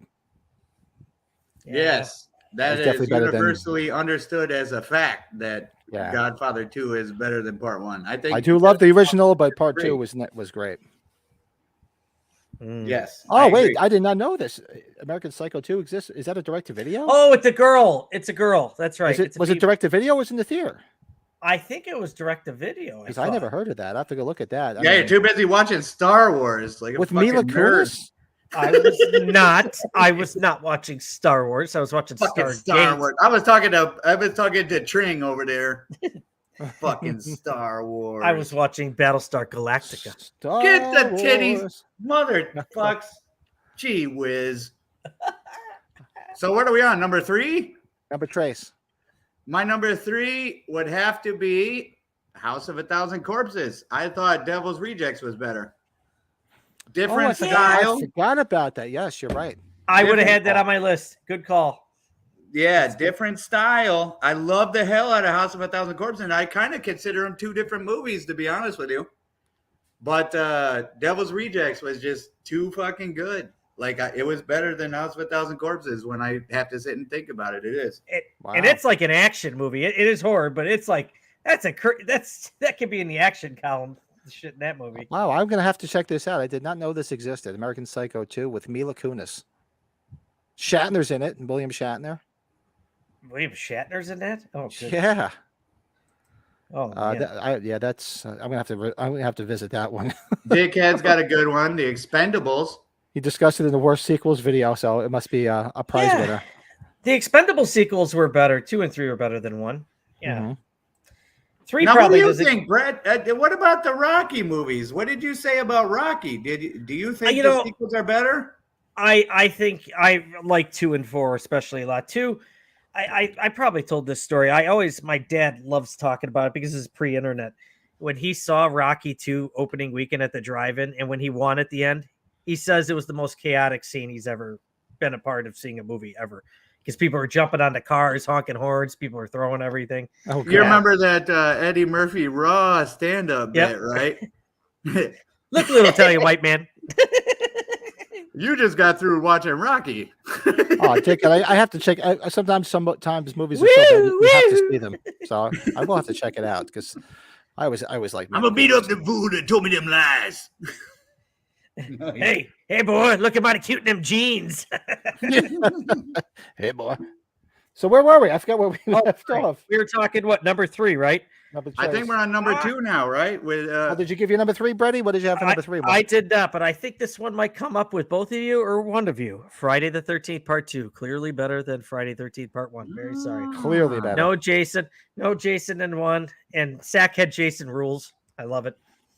Definitely. Friday 13th Part 2. It's all about the sack. That's all about the sack. The My deaths number- are good in 2 too. So And my number 2, yeah, while the original is beyond classic, I still love Psycho 2 better than Psycho. See, I knew you were gonna say that, and I And I strongly knew disagree. I was going to with annoy that. you with that one. It just Psycho is. Oh man, that's like Gone with the Wind of fucking horror movies, dude. Like, I don't know you can do that, but everybody's got their opinions. Yeah, I love Part 2. Opinions Love are it. like assholes. Everybody got one, but ain't no one want to admit it. So my number 2 was the Terrifier 2. hey, how about that? There you go. Yeah, Terrifier 2, man. Maybe it was the edible or what, but it was a fucking. Maybe it was the edible. I don't know. I was sitting there watching it going, with the exception, dude, when I describe to people what would be the most impactful horror movie if I made one, I was describing like the violence in that movie. And the only difference was I think it should be more kids that get killed than adults. But fucking other than that, it's All an three was good. unbearable fucking gruesome movie. I give it Yeah. 1,000,000 points, dude. Terrifier 2. This one's gonna be a rough one for I think some to swallow. He said swallow. Yep. I know. I'm one of my I- 5. I like Creepshow 2 better than Creepshow 1. Just because You need to. I'm going to the bathroom. see. I knew You it. guys discuss that bullshit amongst I was wondering if that was going to come up or not. I was wondering if Brett was going to do I- that. I'm like, Yeah, because I grew up, I love the second one so much more. It was just a sign for the times. I saw that one a lot more. I love obviously the second one that's my favorite story, The Raft. And the hitchhiker one is just hilarious. Thanks for the ride, lady. It doesn't have as good as a cast as the first movie, but I enjoy it. I'm sorry, I enjoy the second one more. It's just Fart the clown. I knew he wasn't gonna like that. I thought I knew that good. was yeah. Evil Dead 2, arguably. I love that's true. I love Evil Dead, the original. It's so campy and just the way it was done. But Evil Dead 2 is definitely better. I enjoyed it better. All right. Anyways, Creep Show 1 is much better than Creep Show 2. It's yeah. The bedroom. I scene gave in you a Heart Club, moment. which I one? knew you'd come to your senses. I just needed to step away from it. Now I feel bad for walking out because, dude, this deserves to be discussed. Like, what the fuck are you thinking? The raft. Okay, the raft scene like trumps everything. Just that one moment where he pulls up her shirt and fucking does a little diddle with her fucking left titty. But the I love it. fucking what? And I love the Hitchhiker episode too. The Hitchhiker episode's great, except for that woman. They needed a different woman at the beginning of that story for obvious reasons. They did have some tater tot action and all over that movie, though, didn't they? They did. I did. Yeah, Michael. I think it was just a matter. I saw that one first, so I got hooked on it first. That's That makes really sense. what it boils down to. That makes sense. Well, and that's it too. Like I It's not like honestly, you said Star Wars or anything. I can honestly say when Psycho 2 came out, I had maybe seen Psycho maybe once, and I saw Psycho 2 and I loved it. And then I revisited. That's probably why I have more of an affinity for it, because it was like one of the first slashes I saw. Not one of the first. I was gonna say movie. Oh, But you really gotta. I think you really gotta. It's like watching Frankenstein. I think you really gotta get over the time. It was 1960, for Christ's sake. Could you imagine that watching that movie in 1960? my mother used When to tell all me you stories knew about in it. life was a fucking tractor and your fucking school that had 2 classrooms or whatever the fuck they were doing in 1960. They were still carving on stone, and they just invented fire. Fucking, there was a pterodactyl working the fucking fax machine and shit. But 1960, that movie was brutal. And you're Anthony Perkins. Well, it was he was in part 2. They brought him I know back, what and you he was did. great. You took the focus off of Creep Show 2, didn't you? He deflected. You deflected off a Creep Show. I get you. I get it. You I had an guys, edible. I swear to God, Breathe deep. I'm all right. I'm all right. You think you know fucking people, man. So that was Brett. So Brady, that was your number 2, correct? That was my number 2, but I had to play fun And put yep. that So one in there. and my number 1, Brady already said it, hands down. Friday the 13th Part 2, better than part Number 1 as well. Yep, hands down. And I didn't put just part 2. I put every fucking one of them. Just like- was yeah, better just than like part Dickhead. 1. I was even sitting there debating like on Jason Goes to Hell versus part 1. And I'm like, nah, I think I'd rather watch fucking Jason Goes to Hell than fucking Friday the 13th part 1. That movie is not great for as big and huge of a franchise as it became. Right. Mm. And it really had nothing to do with the fucking what made it such a great franchise was the hockey mask, Jason coming back for revenge with the sack head. I mean, like the fucking Friday the 13th part 1 was just some old lady. Fucking, Texas dog shit, right? It was terrible. it was ass. And then the worst part is we rip on Jamie Lee Curtis for constantly talking about back in the day a million Trauma. times. I'm done with Halloween. I'm not doing another one no matter what. And then all of a sudden here comes the paycheck. She's done 6 fucking more since she's fucking been told that. But fucking Betsy Palmer, the mother from fucking Friday the 13th part 1, she laces into that fucking movie. It wasn't until like a few years before she died where she actually started doing conventions and making money and going, oh, yeah, I'm Pamela Voorhees. Like, fuck her. But she fucking, like, she despised that movie. She fucking hated it. I think because she didn't really would tell people she didn't want to do it. refused It was just a to tell people paycheck. she was in it. She didn't really do anything after that, so maybe it kind of blackballed her or Well, something. she I thought don't she know. was like this elegant fucking like, actress, like a 1950s style. Oh, yes, Yeah, the it's true. decorum in this place is so droll. But fucking like, it was, that's the only thing she fucking did worth the tits. Oh my lord! Oh, jeez. Oh, I my. will have to get that out. I do have an autograph from her. She was a sweet lady. I did meet her at a show years ago. I didn't get a chance to meet her, but back in the day when I was a kid, I had this autograph magazine, and they would interview celebrities and ask if someone sent you fan mail, is it you that actually signs it? It was actually called Autograph Collector Magazine. Mhm. And Betsy Palmer said, yes, she did sign autographs through the mail. So I sent her a letter, and she sent me an 8x10 back that was her that signed it. You could tell without fail. And actually, you want to hear something fun real quick? Not to get on a tangent, but the Grumpy Old Men movies, I felt like Dr. Doom for a little bit there, because Walter Matthau, Jack Lemmon, and Burgess Meredith, all three of them, said that they did sign fan mail through the mail, right? So I got their addresses in this book that cost like $100 back in the day, where it had their addresses. And I sent to fucking Burgess Meredith and Noble. On my life, he fucking died. And I said, well, I'm never getting that fucking autograph. And it came in the mail like a day and a half, or like 2 days later. Oh, that's awesome. And dude, it was a 8x10 of him as the Penguin in fucking Batman. The series. And dude, the autograph was shaky as a motherfucker. I'll show you guys next time. But then he died, and then it happened again with Walter Matthau. I sent him this fucking this cover of because Robin Williams also signed through the mail, so I sent him the VHS cover of The Survivors. Oh, and yeah. he signed it, and then I got it back like a week after he fucking died. And I'm sitting there going, oh my God, I'm killing these motherfuckers. Like, I felt so horrible. No shit. So it was signed, though. He did get it signed, huh? Yes. Walter Matthau? Yep. I got the cover signed by him. And then, oh man, they all did. Fucking, I got all of them. Sophia Loren, Jack Lemmon, fucking Buck Henry, like all of them. I love that. That's my favorite movie. Like, other than Halloween, is Grumpy Old Men by a long shot. Yeah, Grumpy Old Men's good.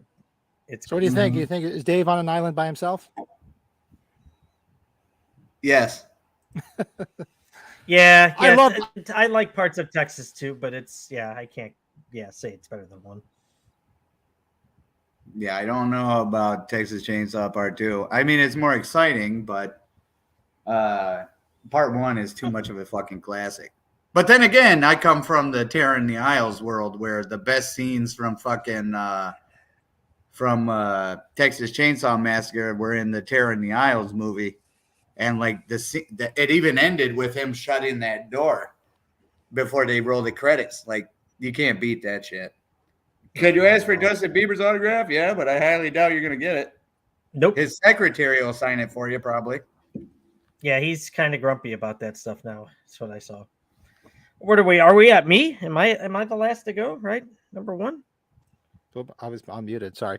I actually, Terror in the Isles is the reason I saw the Texas Chainsaw Massacre for the first time, because I saw those scenes. Me too. And I hadn't watched it yet. I'd seen it at the movie, the video rental place. And I'm like, I was getting to it, but I saw those scenes and I'm like, I got to go watch this freaking movie. Holy shit. It was great. But where were we? I lost track. No, did you guys both have that as number one? Is that right? Yes. We both had Friday the 13th Part 2. Correct? Any of the sequels, correct.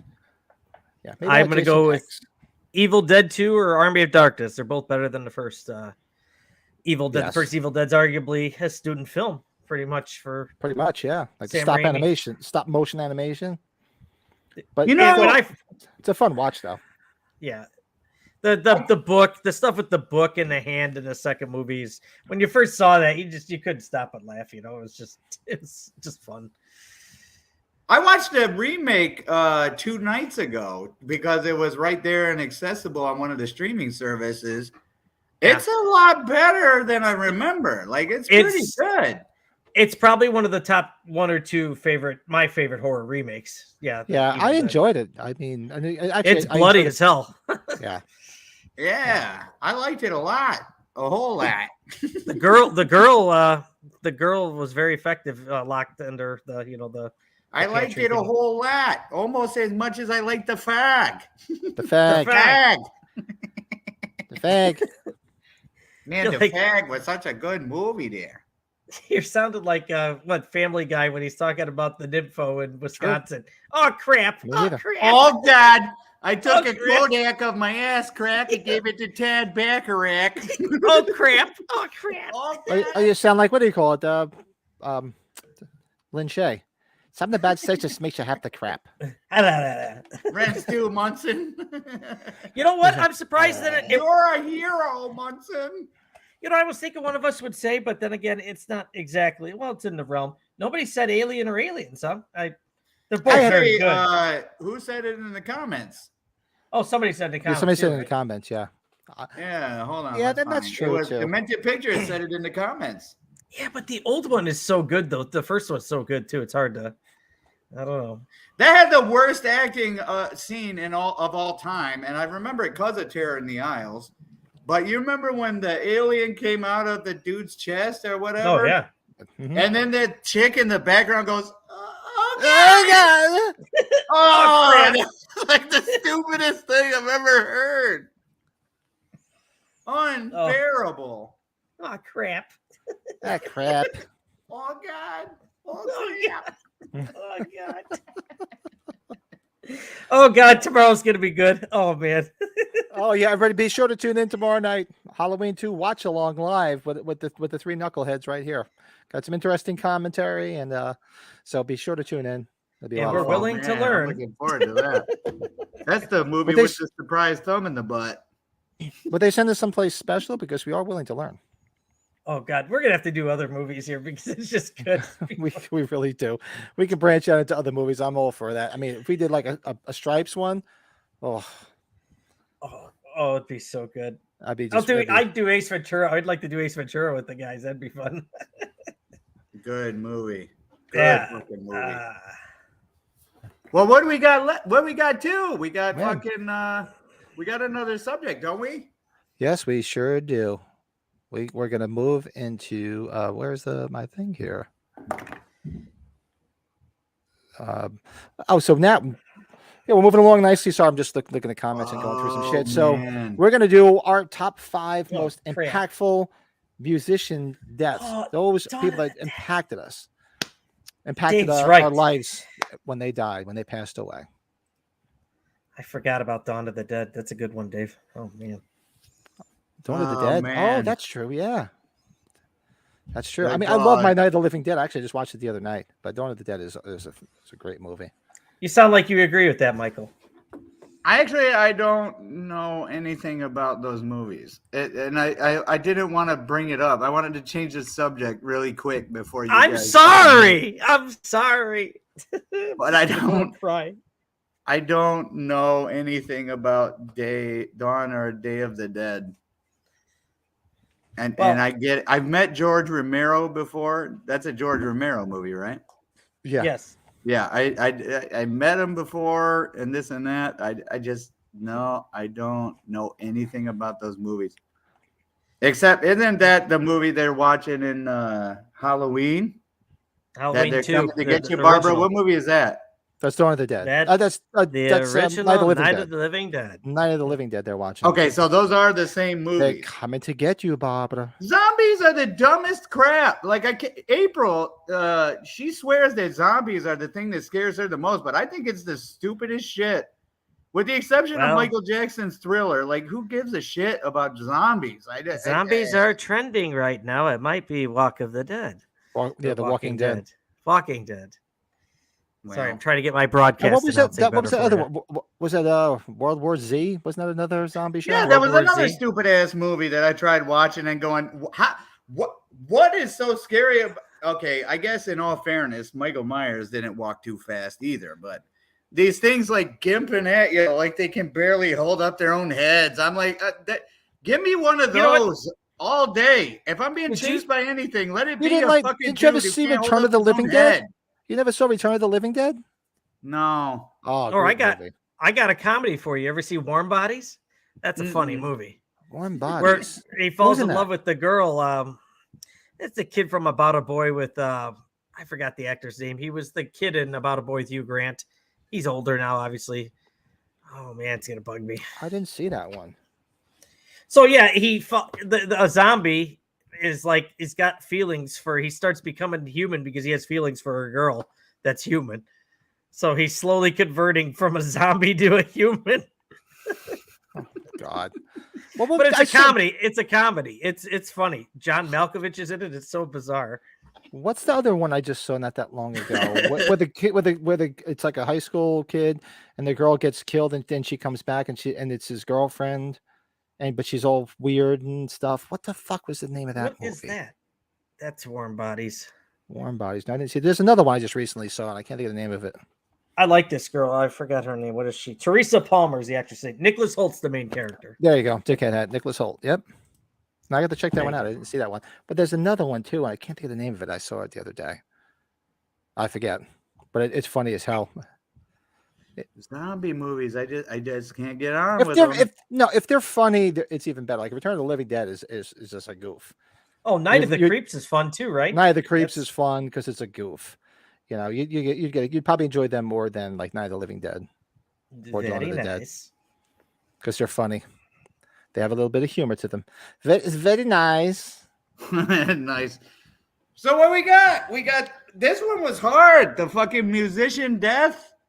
Well, every time I came up with my top 5, I kept going, what about fucking such and such? And there's so many people on that list, I couldn't imagine not being in my top 5. But then tough. You look at your top 5 and go, this is a hard one. Not to switch too many gears, but we're going over to musicians. I'm sure everybody can get on with that. Absolutely.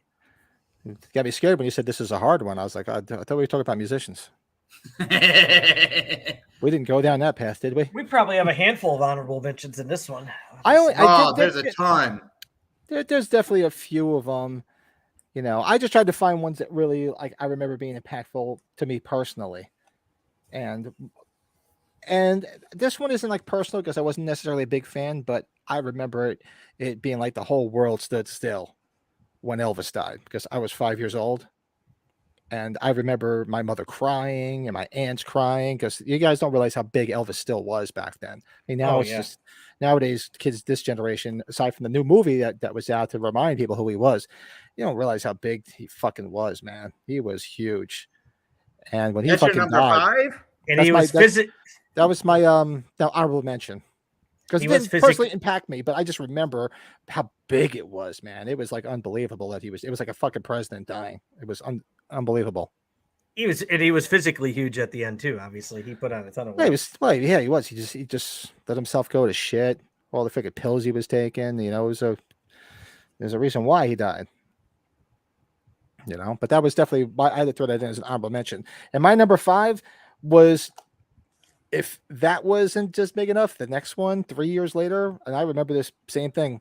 It was like a president dying when John Lennon got shot. JL, right? I remember that vividly, man. You know, there's times you remember your mother crying, and she was a Beatlemania person in the 60s. And, you know, and that was just everywhere. I remember watching the news coverage. It was just unfucking believable that, you know, it's bad enough he was dead, but that somebody fucking shot him, you know? You know, it was huge. It was everywhere when I was a kid. We stopped outside of that apartment building by Central Park there for when we did our tour in New York. Dakota? Kind of a big spot, yeah. Mm-hmm. Yeah. I never was a big Beatles fan, but I can totally get on with the impact he had on the world and being taken away like that. I don't. When did that happen? 1980, right? 1981. It was like December 2nd. Okay, so it was before I was born. Yeah. So like I understand. I understand that one. I'm not gonna bash on it or nothing like that. It didn't make my list because it's just not in my. It wasn't really your age. I mean, I was 8 years old, so I remember it. You know, my mother was a big Beatles fan, and I remember listening to Beatles, and I loved the Beatles music, and that was just unbelievable when we heard he was. I mean, it's bad enough when like somebody that impactful dies, but you know when they're shot and killed. I mean, you can compare it to Dimebag when Dimebag got shot and killed. You're jumping ahead of us. You know, and I kind of figured as much. And I couldn't find my CD. I got signed by him. Dang it. But my number 5, that was John Lennon. That was just out of control. My Number 5, and I got honorable mentions out there. Yeah, go ahead. With this one. Oh, I but- could after the fact we can mention a bunch of other people because I got tons of them. Oh man, yeah. Let's discuss can our talk honorable mentions afterwards. Because Yeah, we could definitely talk about a lot more. But my what do you got number from the top? 5 was Janie Lane, the singer for Warrant. And I Mm. know Warrant is kind of like me saying Star Wars because it's dweeby and kind of geeky, but dude, I spent years as a guitar player strumming GDC chords and fucking singing along and getting girls to just freak the fuck out when you play guitar. And if you sing some 80s ballads like some Janie Lane Warrant stuff like Heaven or Sometimes She Cries or Blind Faith, all these tunes, girls love that shit. And I made a whole little career when I was younger out of singing and playing. And then he was actually the first celebrity I ever hung out with. We went to Harpo's up in Detroit, and I was just a teenager, and he got out off the stage and unheard of, in my opinion. Never seen anything like it. Just goes out and starts walking around in the crowd and fucking talking to people and shit. And I ended up having a good conversation with them. And I've always been a huge Warrant fan. I mean, I got the cherry tattooed on me right here from Warrant Cherry Pie and shit like that. And yeah, Janie Lane from Warrant. You got Dickhead. Yeah, Chester Bennington. That was a big one. Yep. Oh yeah. That was a big one. And Keith Flint, the original OG Firestarter. Oh yeah. Mhm. My number 5. He was one of the founding members of Pink Floyd. Sid Barrett. Pink Floyd is my favorite band, and there you go. he was one of the founding guys. You know, he's no Waters or he's no David Gilmour, but he was still one of the founding guys, and yep, hit when he went. So yeah, number 5, Sid Barrett. Nice. Wish you were here. Yeah. That's about him. Very cool. My number 4. This one, man. This one. Yeah, of course, there's 5 of them that hit hard, but this one was much more recent. Well, no, within reason of the last few years of one of the other ones, but this one just absolutely fucking crushed me when Chris Cornell killed himself. That just fucking crushed me. I was a big Soundgarden fan, still am. Saw them many, many times. And when I found out he killed himself, dude, that just fucking screwed me up, man. One of my buddies up in Detroit was the EMT that responded to the scene when he killed himself. That was rough. I just thought he was going to be one of the survivors out of that whole group. And he was the grunge guys, you know. And he survived as long as he could. And now the only one that's really left is freaking Eddie Vedder. Yeah. You know, and no offense to you Pearl Jam fans, but yeah, I'll trade Eddie Vedder to get my Chris Cornell back. No offense. Or Stone Temple Pilots, or Alice in Chains, or any of them. Scott Weiland, right? Yeah. yeah. Scott Weiland was another one. We'll talk about the honorable mentions. He was one of them. But Chris Cornell, Soundgarden was one of my favorite bands, my top 5 bands of all time. Saw them many times. You want to see somebody for a good band live. And I was trying to get tickets at the time too, because I was trying to take all of my favorite bands and take my son to see them all. And I took him to see Kiss, Blue Oyster Cult. I took him to see some punk bands that I grew up. I took him to see Dead Kennedys and stuff like that. I was taking him to all these shows. I said, "This is the stuff Dad likes," and I was trying to get tickets to Soundgarden, but they never made it over this way because, he ended up killing himself. And I told him, I said, "No, you're not going to get to see him, dude." I said, and to see him live, one of the best shows I ever went to, Lollapalooza. It was Metallica and Soundgarden headlining. Black Hole Sun, that music video, I always got a kick out of that with the mom because she was like, you remember that? Fucking lady was screaming. And before they got really huge, they had some rocking tunes too. They rocked. The range that guy had was crazy. It was just off the fucking charts. My favorite singer of all time, dude. Just unbelievable. I always said I would trade my nuts, my guitar ability, my firstborn to be able to sing like that guy. And it comes up in psychology subjects. I'm real passionate about psychology. I'm fascinated, and it comes up all the time where like someone who's a billionaire like loses an investment and goes down from being a billionaire to a millionaire and jumps in front of a fucking train. Like, and it just, and psychologically speaking, when you're on top of the world, like fucking Chris Cornell from Soundgarden, and you Just goes to your show own you, life, man. it just tells you what you think is important in this world. You might be wrong. Mm-hmm. Because once you start making some money and this and that, you find that maybe money ain't what's fucking important. And I've learned that to a lesser degree. David Bowie on a short list too.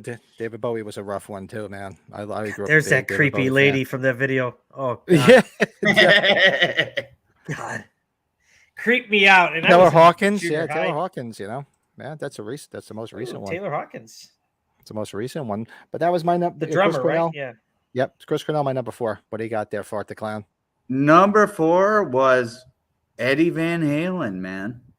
Oh, when yeah. I knew I liked Van Halen and I knew he was an innovator, but when he died, it kind of impacted me huge because I was sitting there thinking, like, my God, he's got a son, and his son went on and like did a song where he played like some clips of Eddie Van Halen, like leaving voicemails on his phone, talking about how much he loved him and all this other made you stuff. fucking cry. And you're sitting there like, God damn, like it was unbearable. And then Eddie Van Halen, when you think back on him, he was, as a guitar player, like, who can argue with Eddie Van Halen? And then not only that, but when you watch everything he's ever done, he's got the biggest smile on his face. He looks like the happiest guy on the planet.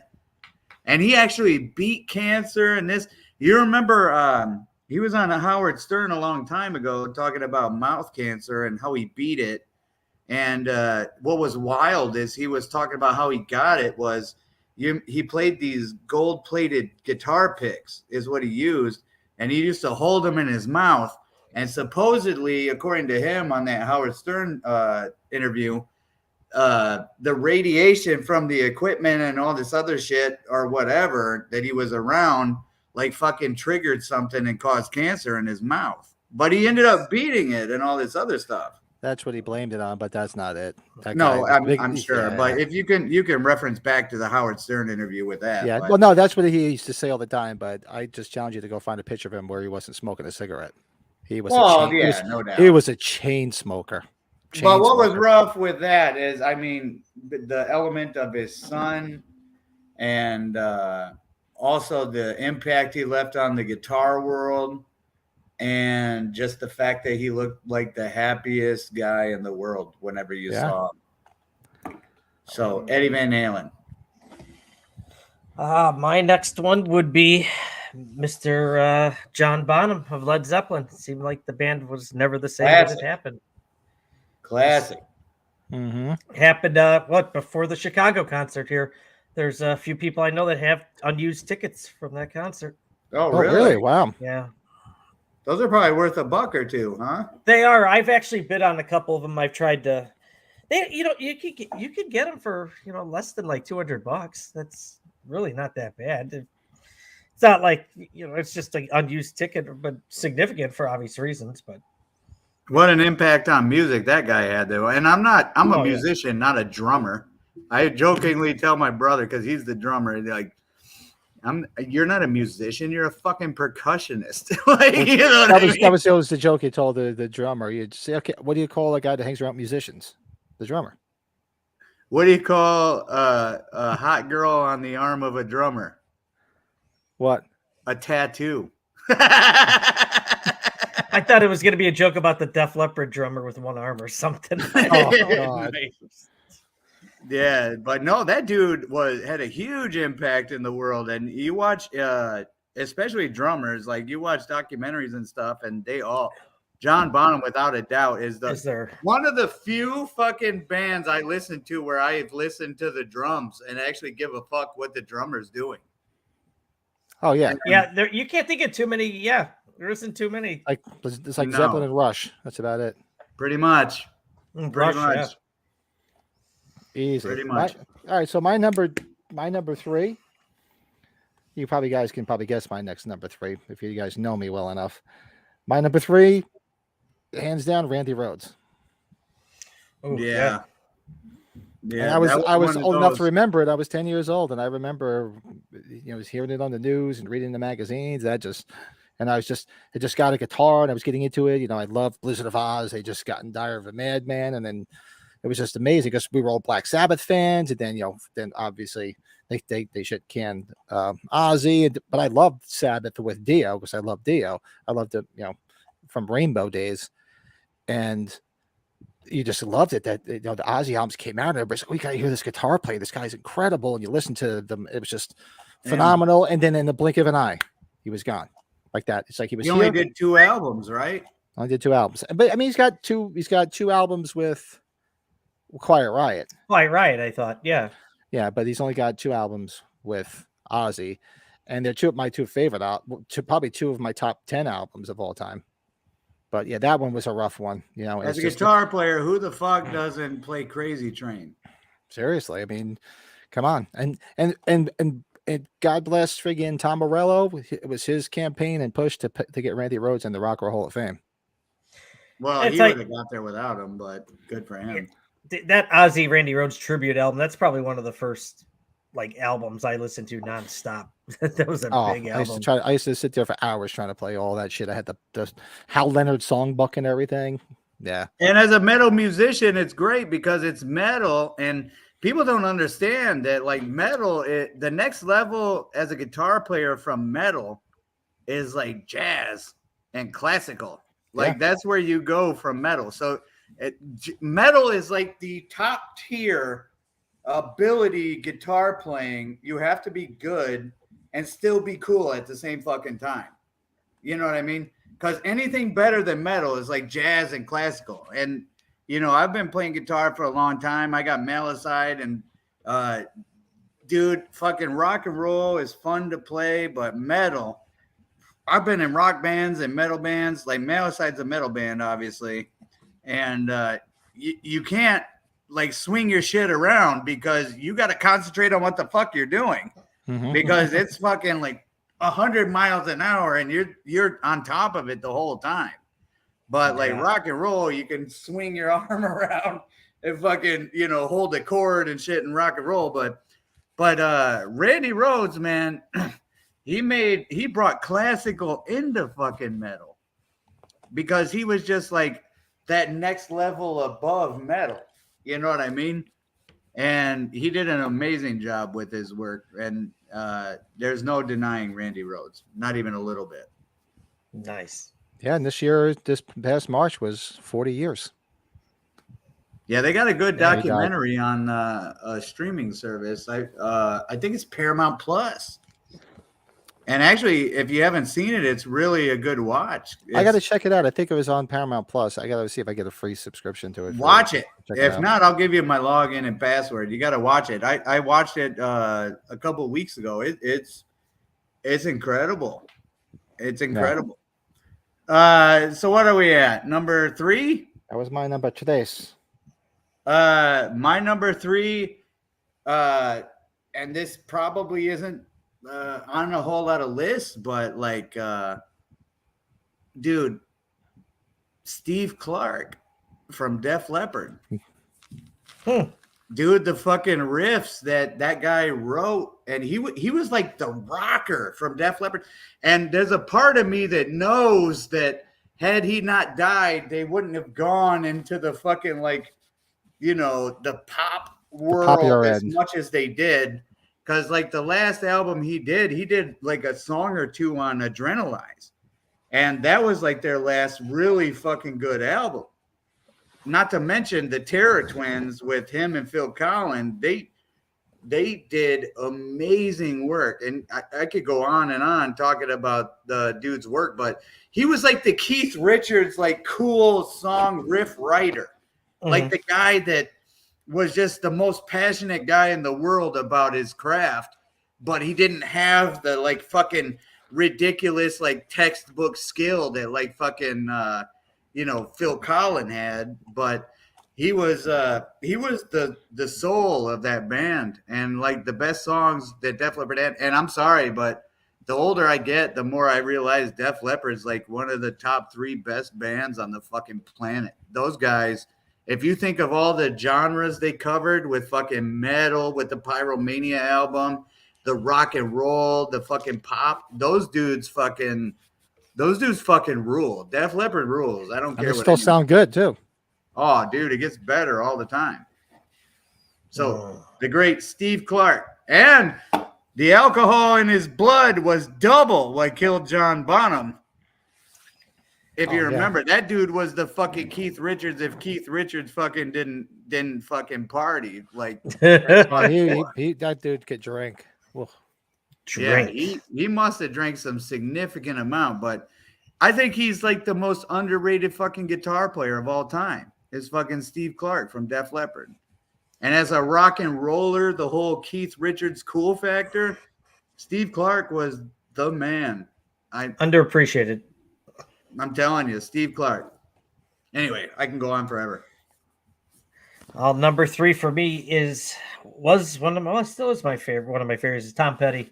I was bummed when Tom Petty went. that was a shocker too. I had no Yeah, idea. I didn't expect that came out that. of nowhere. I got to see him the last time he ever had a concert in Chicago. So I did see him. He was played with Steve Winwood, which was kind of a interesting concert. So that was a good time. But yeah, nobody really knew, right? It wasn't publicized. No, that came out of left Who field. was I- it that died at the same time that made it not such a big news? Wasn't there someone that died that kind of overshadowed it? I don't know. I have to look that up. I don't That's a know. good I'm not sure. I'm just that's how I That's remember what somebody said. God, this is going back in late 80s when Sammy Davis Jr. died. He died the same day as Jim Henson. They're like, Jim Henson stole some of his thunder. I'm like, don't you think Sammy Davis Jr. stole some of Jim Henson's thunder too?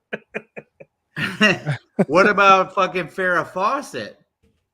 She was like, in my opinion, that's like the biggest because she died the same day as Michael Jackson. Ooh, that's a rough day there. So like nobody talked about Farrah Fawcett dying, and she was a huge deal, but she just happened to die that day. That's like she was a breast cancer survivor, I think, too. Mm-hmm. there's what do you call it? A few people that might be something to investigate for like a top 5 because it was 1990. I forget it was December something 1990. Eric Carr, the second drummer from Kiss, Ah, yeah. died the same day as Freddie Mercury. So nobody gave a rat's ass that he died. It was all Yeah. about Freddie Mercury. Yeah, that's too bad, Eric Carr. Anyway, we're jumping right ahead, I'll bet, because these people might pop up again. What do you got there?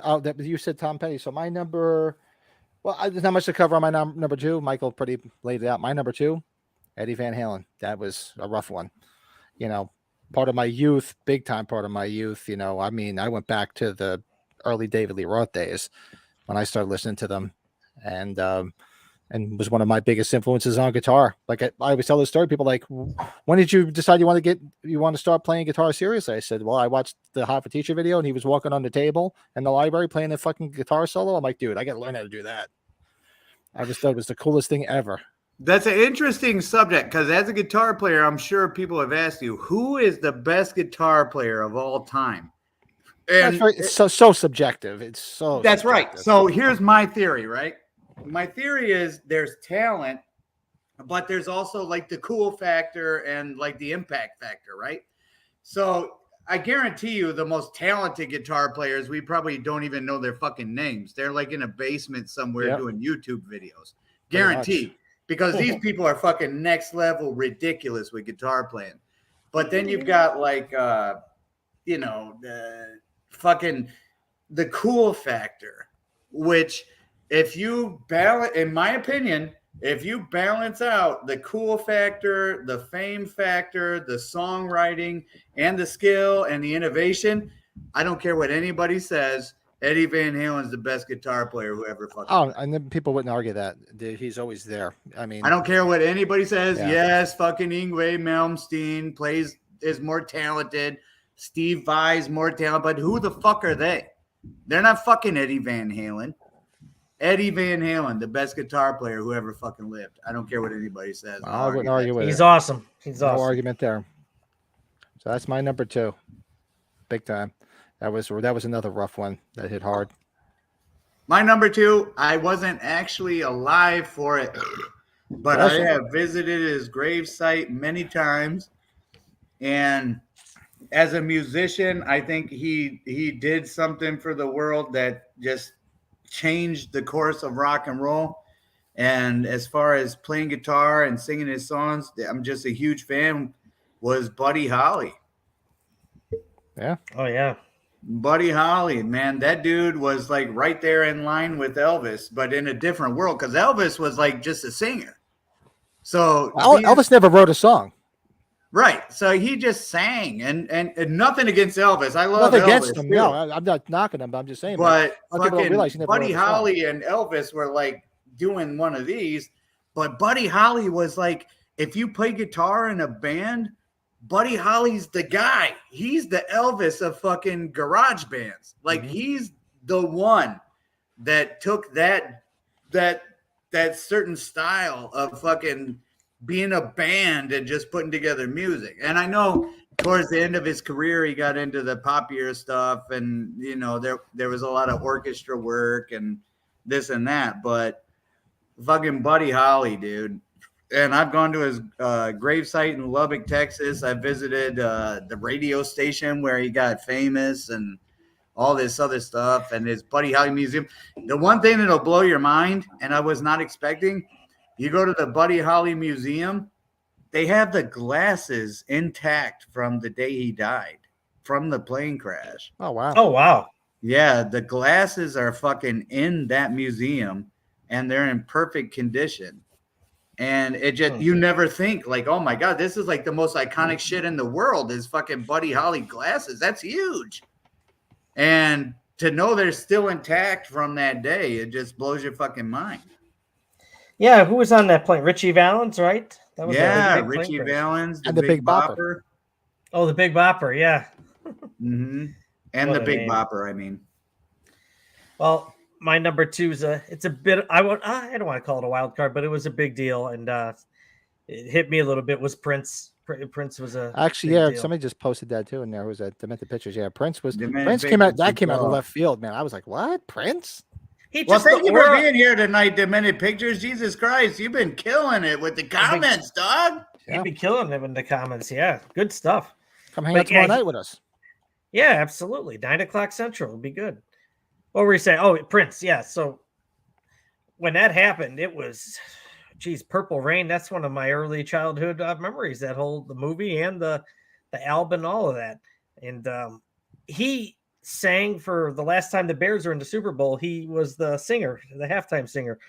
And when he went to go meet with the media, the local media, he's not a big talker. He doesn't like to get interviewed. He put on a concert for the Chicago media exclusively instead of talking to him. And so the media just fell in love with the guy further in Chicago. And that is, so. and if that's pretty much arguably, people have said hands down, that's arguably the best halftime show was Prince. Very few Prince. people. You know, as a guitar player, I don't know if you guys remember this or not, but Eric Clapton was interviewed one time, and they asked him, how does it feel to be the best guitar player alive? And he literally said, I don't know. Go ask Prince. Really? Yes. Look that up. Prince is like the most musician. Like he's huge, so he's not underrated in any way, shape, or form. But as a musician, he is so much better than you fucking think he is. Like the riffs he does, he's fucking amazing guitar player. And that's not really what he's known for. Nope. But he's fucking next level. And he was right there with Michael Jackson. He's like the Burger King McDonald's of Michael Jackson. And to be that with Michael Jackson, you got to be a motherfucker. You know what I'm saying? Oh, big time. That's like an honorable mention out the wazoo with that. Yeah, definitely. I'm going to check out you after this. I'm going to definitely check your channel out. Absolutely. You're our kind of people. Good people. All right. Now we're down to the nitty titties. The nitty titty. The nitty titties. So this is our number 1, correct? Mhm. Yeah. Well, if you haven't figured it out, my number 1, hands down, Stevie Ray Vaughan. Mm. That one killed me. That one hurt hard. Yep. That one. The great Stevie Ray. That one, I mean, if anybody sees me, my band I'm in now, most of the songs I play are Stevie Ray Vaughan songs, you know, and I tell the story like, and that he was the Great White Whale. I was supposed to go see him the week before he died, ready to get the tickets, and then he died. I was fucking pissed. But that was the one, you know, he just somebody just straightened his life out, got off drugs, put out a great album. Did just finished recording with his brother, you know, family style album, and just freaking out of nowhere, boom, Helicopter, man. helicopter, unfucking believable. Well, You know, when you come even out here a next show week, with everybody, you know, it's just crazy shit. when It's you only come about- out here next week, fucking, we go up to Austin. We visit the Stevie Ray Vaughan statue right up there in the boardwalk. Just crazy, man. That was the worst. That one hurt. That's probably the one that hit the hardest. I mean, big That's time. only about 70 miles away from me where that happened in Alpine Valley. It's pretty close. Oh, that's right, yeah. shit. Yeah. Dude, Stevie Ray Vaughan is by a long shot one of those that I'm sitting there thinking, and Lemmy, yeah, that's true. Lemmy's Oh a God, good Lemmy one. with Motorhead. Shit. Yeah. But we were doing a top 5. This is one, if anything, we should have done a top 10 on this one. Oh, I could have done a top Oh. 20. That's what I'm saying. Yeah, We'll I'm get through sitting this and there we can just looking- throw some more out. Well, actually, you know what? We'll finish. We'll go through this because we're still going to do our Terrifier 2 review. And then we can just shoot the shit after that and just talk about some more. Dude, when I was sitting there thinking, like, Prince was one of them. Stevie Ray Vaughan was definitely one of them. I'm sitting there going, how are these motherfuckers not in my top 5? Mm-hmm. And then I look at my top 5 and I go, what the fuck? Like, we shouldn't be doing a top 5. We should be doing a top fucking 20 with this all day. You're like, I think I can guess your number one, I know you can. Go ahead. Michael Jackson. Michael fucking Jackson. I was floored, and I'm not embarrassed to admit this. I've said this to people a million times. Probably the only thing in this world, because I've been a Halloween fan since before I remember making that decision. But the only thing that's ever been more important to me than the original Halloween movie was Michael Jackson's fucking Thriller. Like, I know I can jump up right now, do the fucking dance for you completely. If you guys fucking dare me to, I'll fucking do it. But the fucking Michael Jackson's Thriller was, I went and saw him live when I was like 6 years old. You know how I tell people like Halloween, my stepdad and my mom have been together since I was like 5 years old. And the first memory I have of them arguing, and the first argument they say they've ever gotten in, was when my stepdad was babysitting me after they first started dating. And they got he rented me Halloween to watch. And my mom came in after work and saw me watching it and hit the fucking ceiling. Well, the only other thing like that is, he also, to impress my mom when they first started dating, got us all tickets to go see Michael Jackson. And I fucking saw him on the Bad tour when I was like 6 years old. And it was the coolest fucking experience ever. But either way, like when YouTube first came out and shit like that, and you're sitting there drinking and you're in that fucking let's reminisce about the past fucking mentality. All I want to do is watch Michael Jackson's fucking Thriller, dude. And now I'll get to the point. When my buddy Mark called me and said he's in critical condition, I was in disbelief. I was hanging out at this girl Rebecca's house, and I was sitting there like, what? No fucking way. He's Michael Jackson. And I watched it. And when they said he died, like, I was literally fucking floored for about 2 weeks. I didn't, because they made it a huge deal. No, it was. I mean, that huge. I Huge. remember it big huge. I remember it was friggin' that hit hard when I heard it. I was like, what? Well, it's just like Elvis.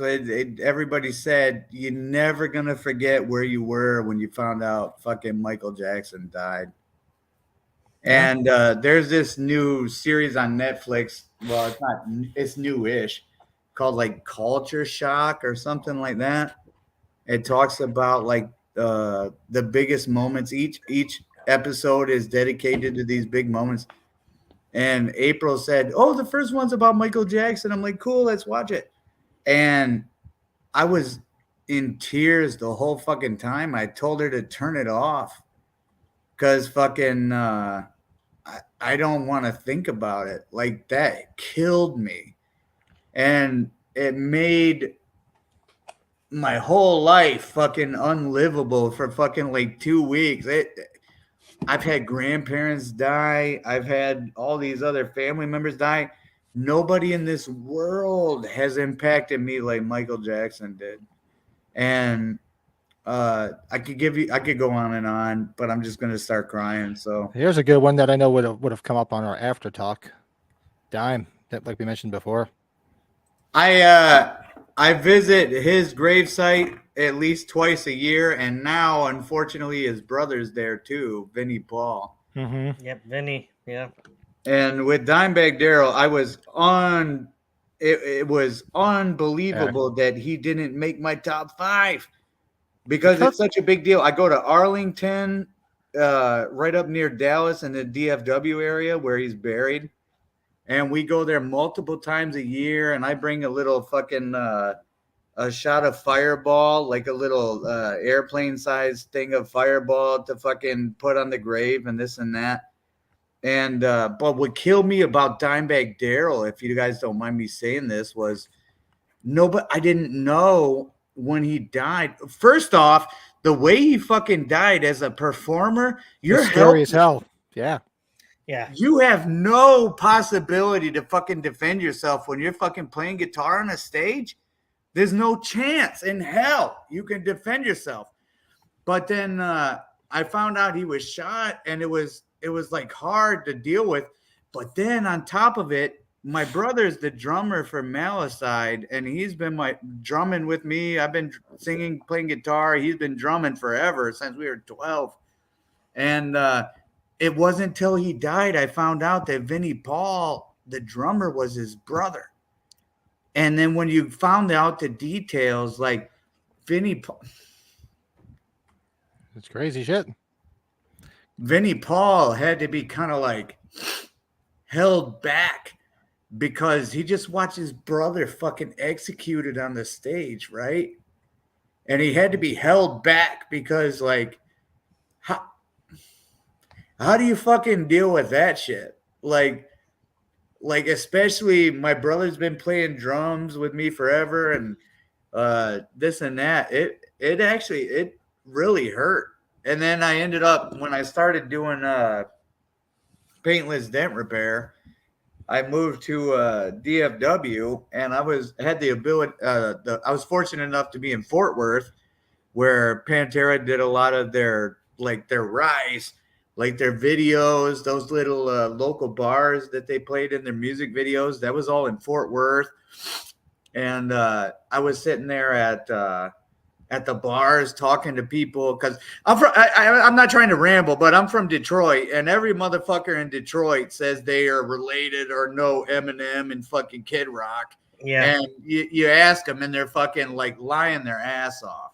But then I get to Fort Worth, and I'm talking to all these people. I got a rehearsal space, all this other stuff, and these people are saying, "Yeah, I knew Dimebag Darrell and Phil and all them." And you're like, "Yeah, right, fucking bullshit." And they start pulling out pictures and all this other stuff, and you're sitting there going, "Wow!"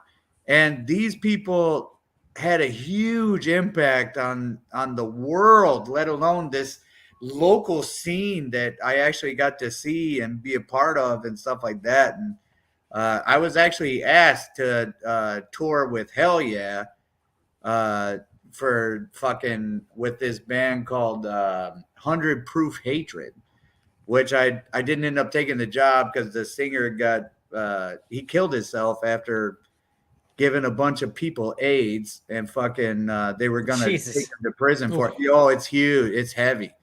But Jerry, the bass player, tried to get me into that band as a singer and stuff like that. And I wanted to because they're great. But they ended up touring around with Hell Yeah for a while and going to Vinnie Paul's house and watching Cowboy games and shit like that. and they own a strip club, Dimebag and Vinnie Paul, called the oh fuck, what is it called? Or what was it called, maybe? Or is it still around? It was called the Clubhouse. I think it's called the Clubhouse in fucking in Dallas. And they used to just hang out with their fans and their people, and people could go there and just hang out with them and all this other stuff. They were like the people's musicians, man. And Dimebag used to do all these clinics at these guitar centers and stuff like that, even though he was like way more famous than the people that should be doing that shit. He was such a big deal. He was such an enthusiast for his guitar playing and shit like that. And actually, if you remember this, Eddie Van Halen had, not only was he buried in a Kiss casket, right? Mm-hmm. Dimebag's buried in a Kiss casket, but fucking Eddie Van Halen put a fucking guitar in there with him when he got buried. If you guys didn't know that.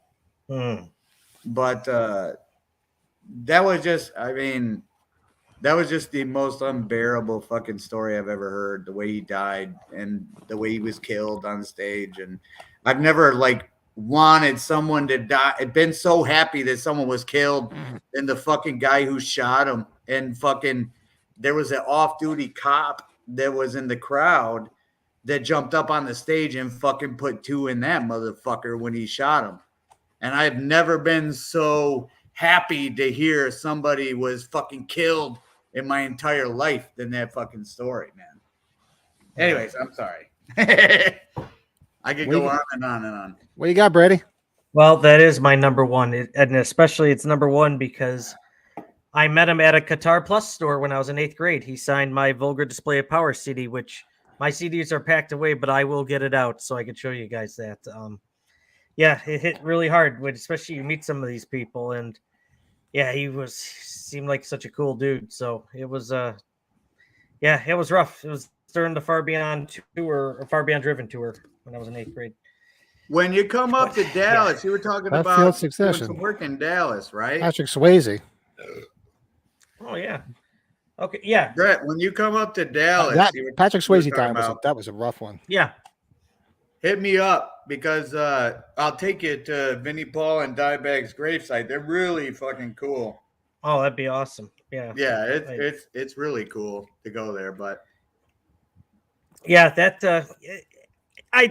why it's more number one. When you meet the people, it seems to have a little bit more to it. And yeah, that was just a shocking way to go, like you're saying. It's still unbearable. It's man, and Phil Anselmo, shouldn't he have died like 3 or 4 times? Like like did he choke on his own puke like a handful of times, and he's still going? But needless to say, but anyways, yeah, that was fun to do, man. You gotta, as much as it's not a happy subject, it was fun to do. yeah. Yeah. Oh, man. So now, since that brought us all down, let's talk about something that'll bring us all up. If you want to think, oh shit, I never uploaded the little intro. Hold on, so we can chat. So what we're gonna do is our Terrifier 2, Terrifier 2 review. So for those of you that have not seen Terrifier 2, we're gonna spoil the shit out of it because we all loved it, And if you haven't seen it, just go get Screenbox. They have a 7-day free trial. You wouldn't even have to pay for it. And that's what pretty much everybody has done. And you can see Art the Clown wear a bunch of sunglasses. Oh, yeah, this is another subject, man. That whole Great White thing, that fire up in Rhode Island. Oh, in Rhode Island. Oh, boy. Yeah. I remember seeing that. I was like, oh, man. And I've been in so many clubs that are that small and just, I was thinking, like, God, that could yeah, have been it's any like one of Brett us. Michaels from Poison said it the best. Like, that could have fucking happened to any And band. how many clubs I've been into, man, we've been packed in there like sardines, no place to get out. That was just unbelievable when I saw that. And they were just trying to bring a cool fucking stage show to a little place. And that could have happened to anybody. And they took so much shit for that. Like they lost a member themselves that night. Yeah. Ty Longley, the guitar player. He went back in Yeah. for his guitar. They all got out, and like a jackass, he went in to save his guitar and never made it out. How about the guy from Guar? Did we talk about him? Dave Brocky, that's another one. Yeah. That's another one that I wanted to bring up. That's honorable mention times 10. All right, let's pick this up. Actually, We got to pick this up with a Terrifier 2 review. yeah, no shit. I'm gonna take a Live whiff. right. I'm right. I'm looking forward to it. All right, we'll do our Terrifier 2 review. We'll be back in, I think, a minute and 20 So? seconds. Did you figure out what you're dressing up as tomorrow? He wants to dress up as a real guy who murdered 9 people last year. Oh, you're not doing that. It's just a costume. You think that guy's still out there? What's up with you and this clown all of a sudden? You're like obsessed. They never found his body. What if he decides to come back here? I wouldn't worry about it. Wait a minute, aren't you that guy from the costume shop? Sir, what are you doing? It wasn't me. He was covered in blood on his shirt and his hands when he got I'm telling you, it was him, Allie. Right down to the little black dot on the tip of his nose. Really weird, you know that? I believe him. About what? Something really bad's gonna happen tonight. No, I know when Jonathan's lying, okay? I could hear it in his voice. Something's wrong. Look, we're gonna have fun. Stress-free environment. Yep. Speaking of surprises, kids, we have a very special guest with us today, all the way from Miles County. Please welcome Art the Clown.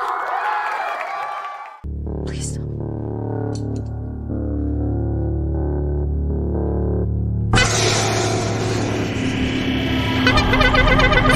Please stop, please.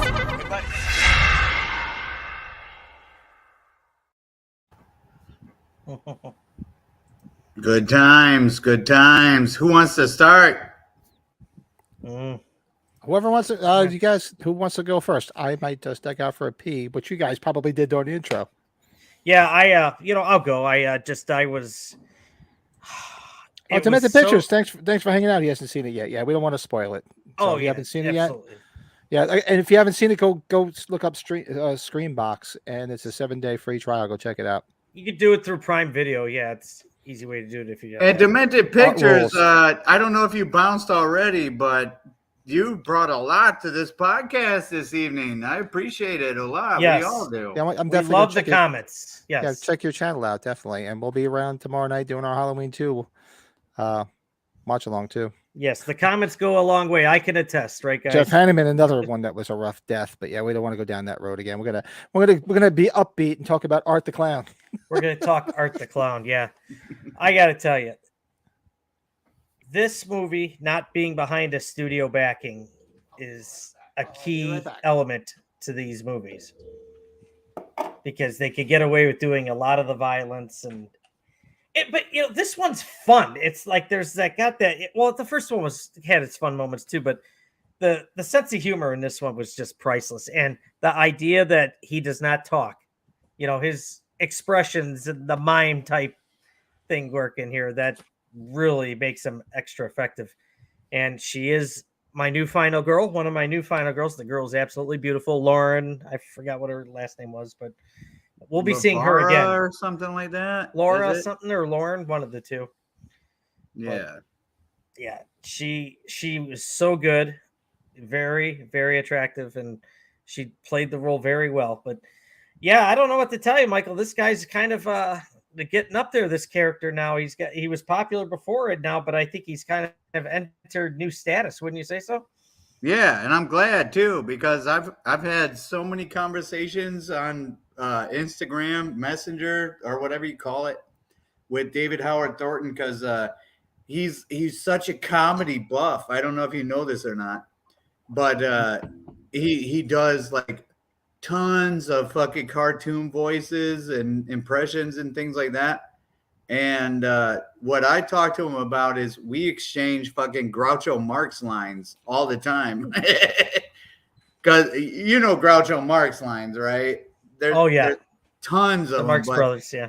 He's a huge Groucho Marx fan. So and then when I met them, Damien Leone fucking drew me a picture of Art the Clown on a little thing that I got at the shop that I think I've shown you guys before, but they make it so it's like the underdog you're rooting for, and the fact that they're fucking breaking ground like that is fucking amazing. Mm-hmm. So I agree with that 100%. What was your ranking? Oh, if I were to give it, I'm gonna give it. I gotta give it an 8.5. Not I liked bad. it that much. I liked it that much. Not bad at all. Well, what you want to go, Michael? You want me to go? I think with this one, I'm ready to ramble, dude. So please, I would, if you could go, that'd be great.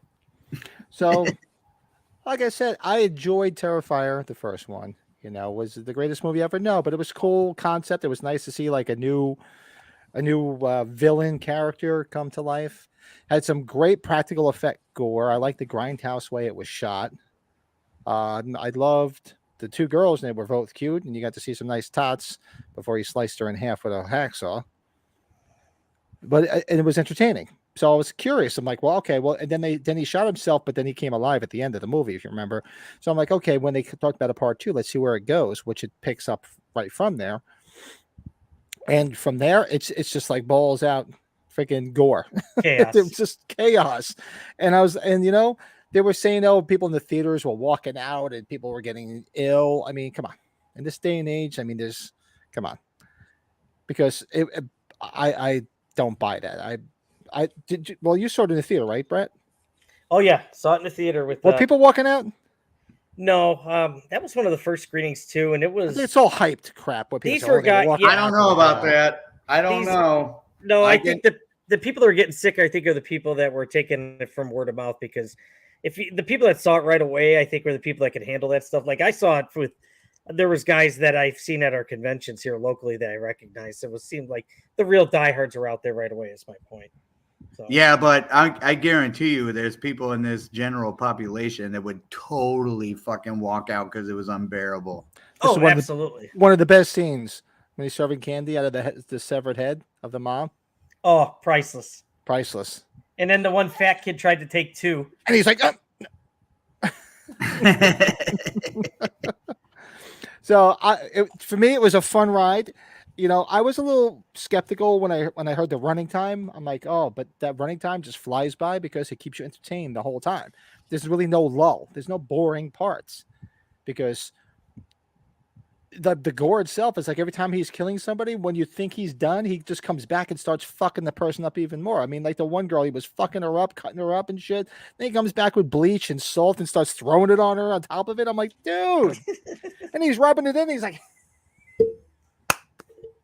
the arm, the scalpel. Oh, God. He just fucked that girl up, man. And so it's just and how she was alive pretty much until that I don't understand. Like, how the fuck was she alive? She should have bled out by that. You got to think about that, though. That's what I wanted to say immediately. You have to think about that because April said that same shit. Dude, what is going to kill you about getting these little slashes here and there and getting like knives cutting your skin? It made me realize watching that fucking movie that these people who have been through these horrific things probably lived a lot fucking longer through it than you think. Mm. That's part of the torture and the unbearable thing about it. Yep. A lot of people are pussy. Yeah, I know. It's this whole woke generation, but we're not going down that road. But yeah, he's taking that limb off. He's going sideways back and forth until he finally gets it off. Yes, bloodiest film I've ever seen. Yeah, it was definitely a lot of blood in it. It's realistic that she stayed alive. It was just. That's what I said. That's what I think. Yeah, like I think the point was tortured. You're gonna fucking stay alive so much longer than you think. It's not like a classic horror movie where someone stabs you and then you go, yeah, and you're dead. You're gonna fucking live through that shit for the longest time. And just the desperation in these scenes where he's hacking these chicks up. And then their phone rings and they're trying to fucking make it to their phone and shit. And he just comes back with the salt and the bleach and shit. You're sitting there going, that is hardcore. Like, you're going to live so much longer through this shit. But you know what? Oh, this is your better half. I feel like every scene is a tribute to another movie. Maybe that was part was for Evil Dead. But did you guys notice when they're at the party and the boyfriend comes behind It surprises the one girl. As and he's- Ghost Bob? As Ghost Bob, yep. Yeah. You caught that? I Little saw that. I tribute. said, "Oh, look at that little tribute to Halloween." Man, this movie just, like I said earlier today, you think of because you think you're jaded. We've seen all kinds of horror movies. We've seen the scariest. Like, everybody says, what could you possibly do these days to fucking impress anybody?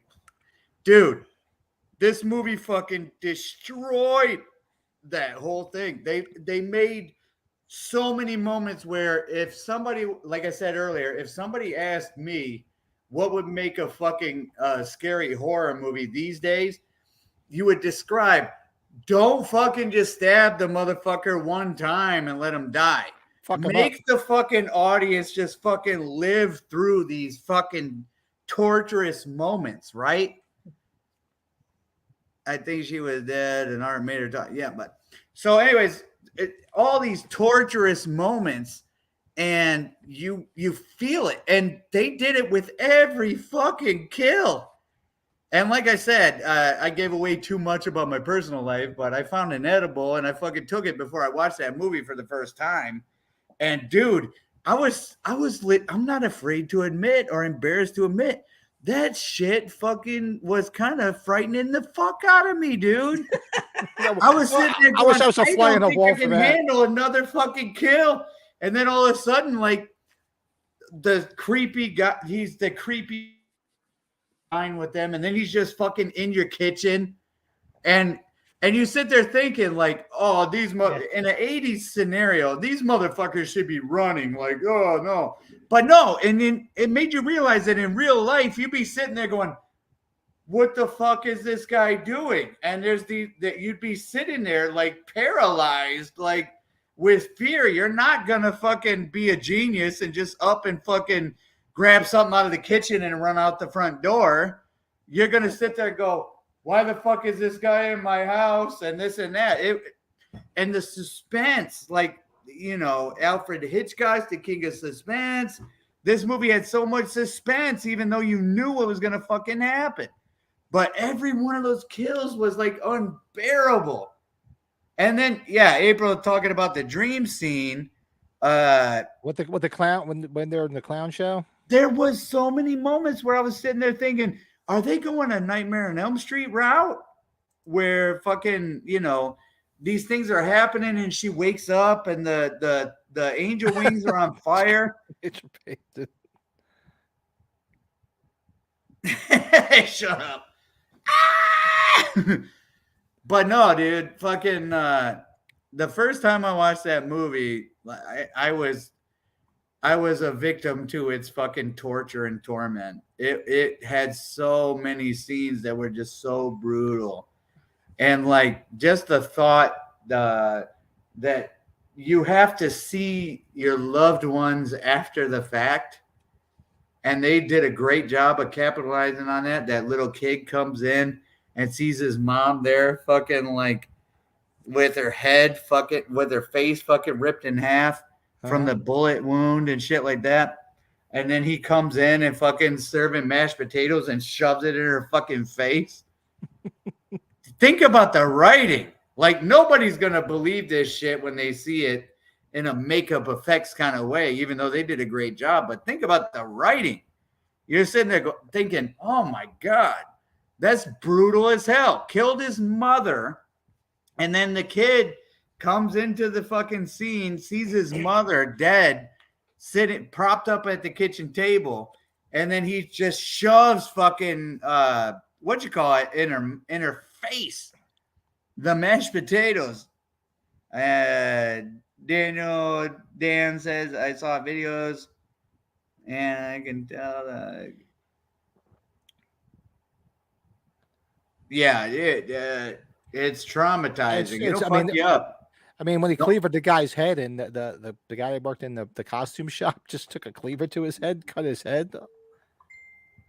Yeah, don't fucking take an edible before you watch that movie for the first time. It's uncomfortable as hell. And it really will fuck with you. April, she's out there right now listening. She walked out. she fucking got up out of bed and fucking went outside and said, "This is ridiculous," and fucking went outside.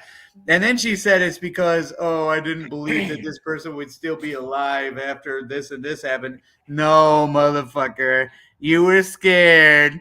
You were She's like- frightened. I love the whole dream sequence where, you know, they're in the clown show and everything like that. And all of a sudden he just takes out things. He starts mowing everybody down like American Werewolf in London like style. He just starts shooting everybody. And just like the fucking jump rope chant with fucking Nightmare on Elm Street. I'm on Elm Street. Yeah. That fucking everything tastes funny at the Clown Cafe. Yeah, I know. It's a new song that everybody's gonna have to memorize. Oh man, they did, dude.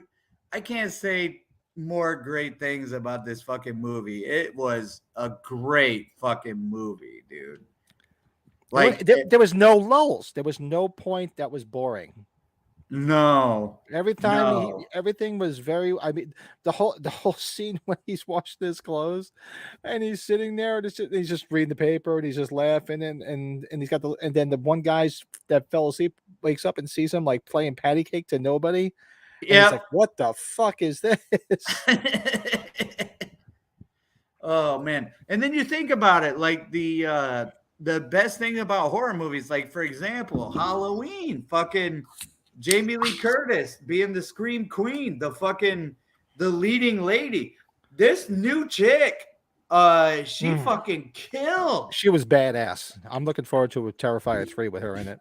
And what was crazy is, like I said, I was on an edible and I'm sitting there like, okay, the death is over, thank God. And then all of a sudden, they keep coming back to life and gurgling, and then you got to go through the fucking torment all over again. And he just kept killing them over and over. And and then the little kid, he's fucking dead as a doornail sitting there. Oh, dude. And then he starts eating his ass. Oh, dude. Did you guys talk about the mom when her head was blowing off and then he's putting potatoes, smashing them into her face? Yeah. Yeah. That's brutal. Think about reading that in a book. Like just stuff forcefully shoving mashed potatoes in her your mom's youngest child was head. watching it happen, right? Exactly. They did the best job. And I think that I don't know how you could do much better. Yeah, I No think doubt. they'll definitely Oh, have they'll an probably do initiative. something, They'll yeah. definitely have it.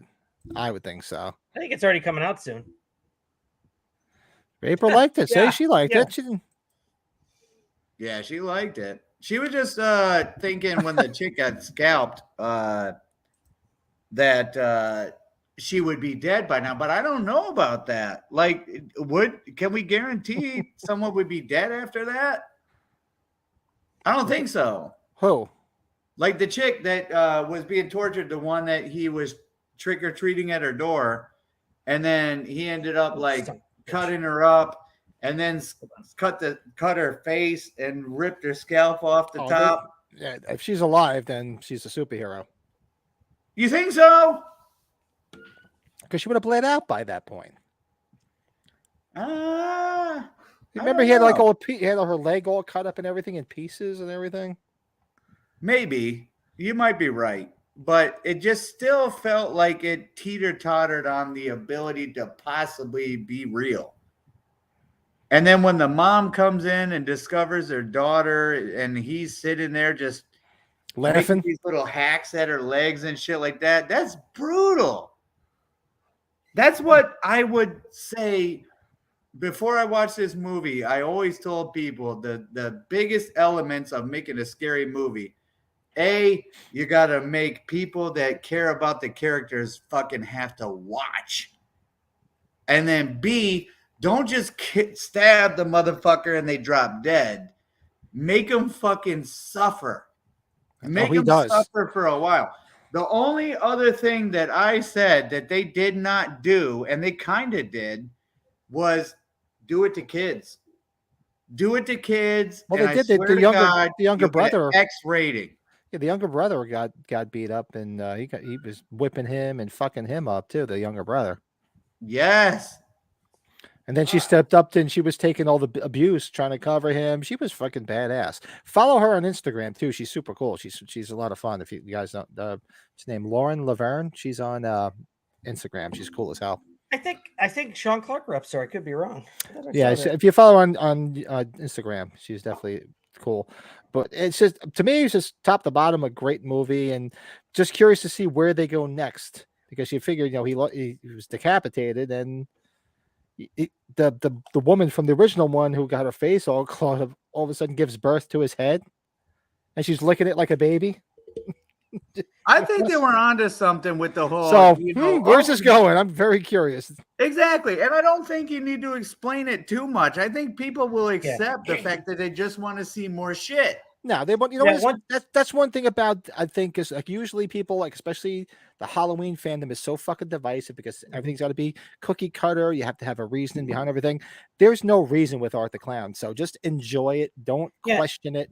Just enjoy it for what it is, and it's there to entertain you. Yeah, the more you know, the less it has an effect, I think, too. Yeah, it dilutes it. It's like, I don't need to know. I'm like, so even the first one, you know, he got shot in the head. Okay, now he's back to life. Nobody questioned how he came back to life. Or it's like, you know, don't ask. Just enjoy it. Well, and that was it's just a ride. Just enjoy the ride. That was part of the problem people had with kills with Myers. Like, oh, so he was down there for 4 years. Everybody became a philosopher. It's like, just enjoy the ride. Yeah, yeah. That part really didn't kill me as much as all the other problems. So yeah, I know. April wasn't scared because there was no zombies. Yeah, she thinks zombies are scary. I think they're the most stupid shit.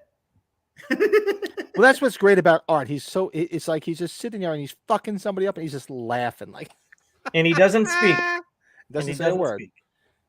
Oh man, I just liked him reading the newspaper in the laundromat. With no that's clothes. what I was saying. Yeah, I think you were gone. I was like, that was such a great scene. And what's the whole scene when they look at the little girl that he's imagining? Patty cake. Did she just shit all over the floor? All that brown shit that came out from under period. That that was period blood. Yeah, that was like a gallon. Yeah, that was period blood. I thought it was the same thing like now. Art did at the pizza place. Like he wiped his shit everywhere. That's what I thought too. I'm like, did she shit everywhere like he did in the freaking pizza place? I think they were just going for the most like, and you saw Tamara Glenn was in that motherfucker for one 2 scene, seconds, right? I thought she was going to have more of a role than that. I was looking for her. And then the great Felissa Rose, yeah, from Sleepaway Camp. She was in that. Yep. I thought they were going to have bigger roles than they did. No, I think it was perfect. I think it was good. I enjoyed it, but I just kind of thought they were going to utilize him a little bit more. But it was cool. So did I. I was wondering if Felissa Rose would be the next one, butt naked, upside down, getting sawed in half. To be honest with you, going into the movie. Yeah, exactly. There's no reason to make sense of this movie. It's just a fun movie. Enjoy it. You know, hopefully the Terrifier fandom doesn't get as because look what Halloween happens fandom. Just enjoy it for what it is. Don't try to explain it. Just enjoy it. Because when the fans try too hard to fucking explain shit, the writers have to try to fucking appease these fucking idiots. Yes. And you end up with something stupid as shit like Halloween Ends.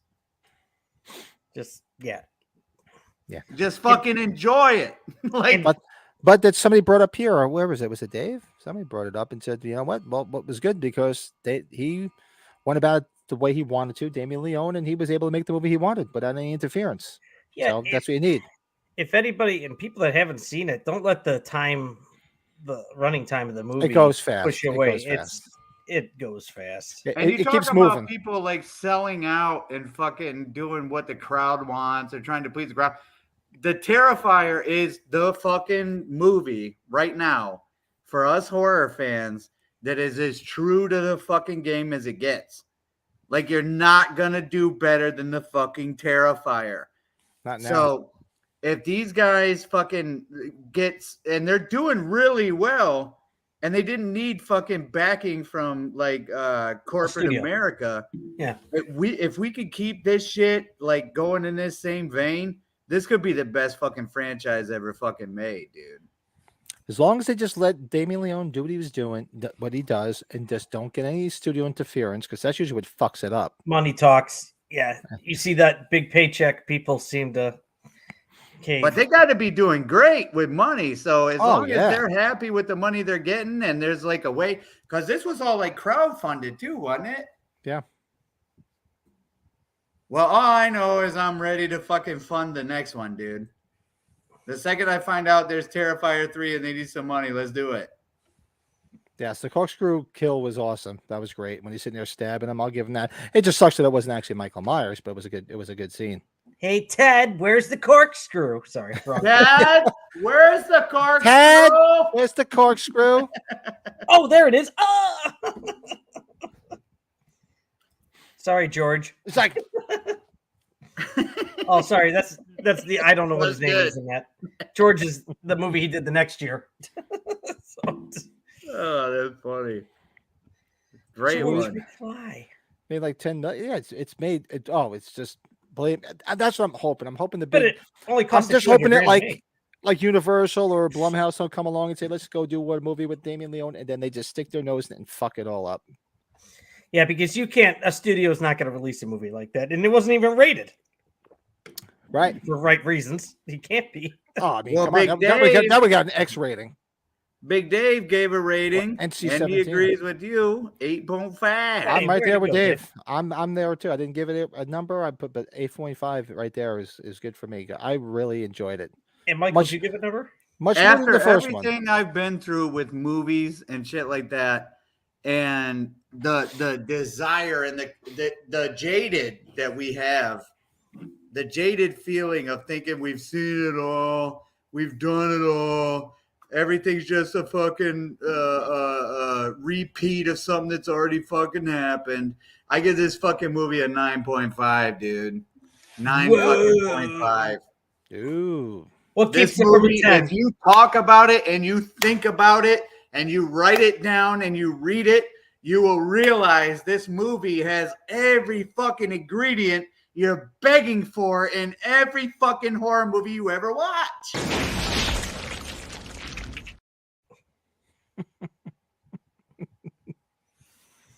You knew it'd be close to a full episode talking about the movie. It was that good, so it was a big surprise. Oh, so you're in Germany. You'll never see an uncut release like Terrifier 2. You can only watch SpongeBob uncut here. Yeah, I know. I know. Europe always gets crazy with stuff. They get things later and they get things all cut up. Because I don't understand it because it's just, guys, it's a movie. You know, come on. Especially 9.5 all day. I'll argue with anybody. Strictly behind the entertainment. scenes shit. Anything anyone wants to talk about. 9.5. I don't give a fuck. Nobody's gonna walk around and start acting like Art the Clown. Actually, that was a series. Was that on Shudder? Well, where would I see a series where they did documentaries on real life copycats of movies? Did you see that? I didn't see No. that one. I got to go back and find it. And it was one of them was Rob Zombie's Halloween. Some kid went and killed his mother and his sister Oh yeah, after seeing Rob Zombie Halloween. I thought that happened with H2O too. Something like that happened with H2O. I don't know, but they had a couple of different movies that were like that where people Somebody were watched copycat killers. H2O and went out and made a stupid ass movie too. Well, I could believe that somebody watched H2O and went and killed themselves because it sucked. But That's what I would think. yeah, I can see all. It's like I can't unsee this. I have to kill myself. Oh, good God. Well, we got to think about shows for next week too. Yeah, we'll regroup. We'll figure things out and Talk about it during the watch along. That could be our thing. yeah, tomorrow night. Everybody come back. Halloween 2 watch along tomorrow night, 9 p.m. Central, 10 o'clock Please do. Eastern Standard Time. We're gonna be we'll be doing a live watch along of Halloween 2, doing some commentary, just having fun, just like we did last week. And then, you know, we can. I don't do anything on Monday night, so I'll watch a movie every Monday night and just do it. It's a lot of fun. You Yes, want to yeah. do it? We all do it. But, you know, But Yeah. before we sign off and fucking this and that, I just want to say we need to capitalize on this moment because these kind of movies like Terrifier 2 do not come out very fucking often. Every few years, if that, right? This is a edibles fuck your ass up, like Dave. If you've never seen the Terrifier 2, take an edible, wait for that motherfucker to kick in, and watch it. I swear to God, it will fuck your ass. It is hardcore. Well, But we just need to relish in the fact that you don't get these many opportunities in a lifetime. So I can't wait till the next thing I'm this pumped about, but I'm fucking pumped, dudes, about the Terrifier 2. I'm pumped. I am. great stuff. You know what? Because I'm always a little skeptical when people pump something up until I actually see it. And then when I saw that, I think I texted you guys. I was like, dude, that was fucking great, man. I loved every minute of it. More so than the first. So that's why I made it on both of your lists. Those deaths were just brutal. Oh man. Oh, you see him pulling the guy's eyeball out. He's like, he's like, oh, that's just some crazy shit. Great movie, but great, a lot of fun tonight, guys. We had a lot of good topics. Always. A lot of great people in the chat. Be sure to come back next week. Please come back. Be sure to come back tomorrow night for our Halloween 2 watch along. We'll put it out there. Dickhead, always a pleasure. Daniel, Dan. Anybody want you pleasure? Big Dave, always. Make sure you hit that like button below. Subscribe to the channel. Oh, make sure you let them know about the giveaway for the next 100 subscribers. Yes. So next 100 subscribers, as of last week, I'm keeping them track of them. You're going to be entered into a contest to win a Halloween Ends Trick or Treat Studios mask, courtesy of Mike Casal and Pinball, plus a mystery surprise. And I bet you the plus something is going to be a bigger deal than the Halloween Ends mask. So if you guys know me, you'll know my generous nature. You'll be pleasantly surprised at what you win. Yeah, please. Awesome, Dan. Hey, Daniel, come back tomorrow, man. It's going to be great. Come and hang out and chat with us. It's going to be a lot of fun. Yeah, and anybody throw comments in there what you guys would like to discuss too. Yeah, when we get off here, I'll check my Facebook message. Absolutely. We're always looking for newer topics. Yeah, and always you guys want to see some stuff. We're always willing to. Well, we're all willing to learn. Will they send us something special for that? Which one? Always a pleasure with you guys. All right, boys. So we will reconvene this party tomorrow night at 9 p.m. Central, 10 p.m. Eastern Standard Time, and 8 o'clock Pacific Time. Why we do a watch along of Halloween 2. Make sure you have a copy of it. We're going to be doing the theatrical cut. You guys can do your widescreen version, whatever you want. And we'll start it. We'll comment on it, and just have a lot of fun, just like we did tonight. Cheers, dogs. Okay, thank you. So I will talk to you guys tomorrow night. Thanks for everybody hanging out. Hit that like button. See you guys tomorrow night.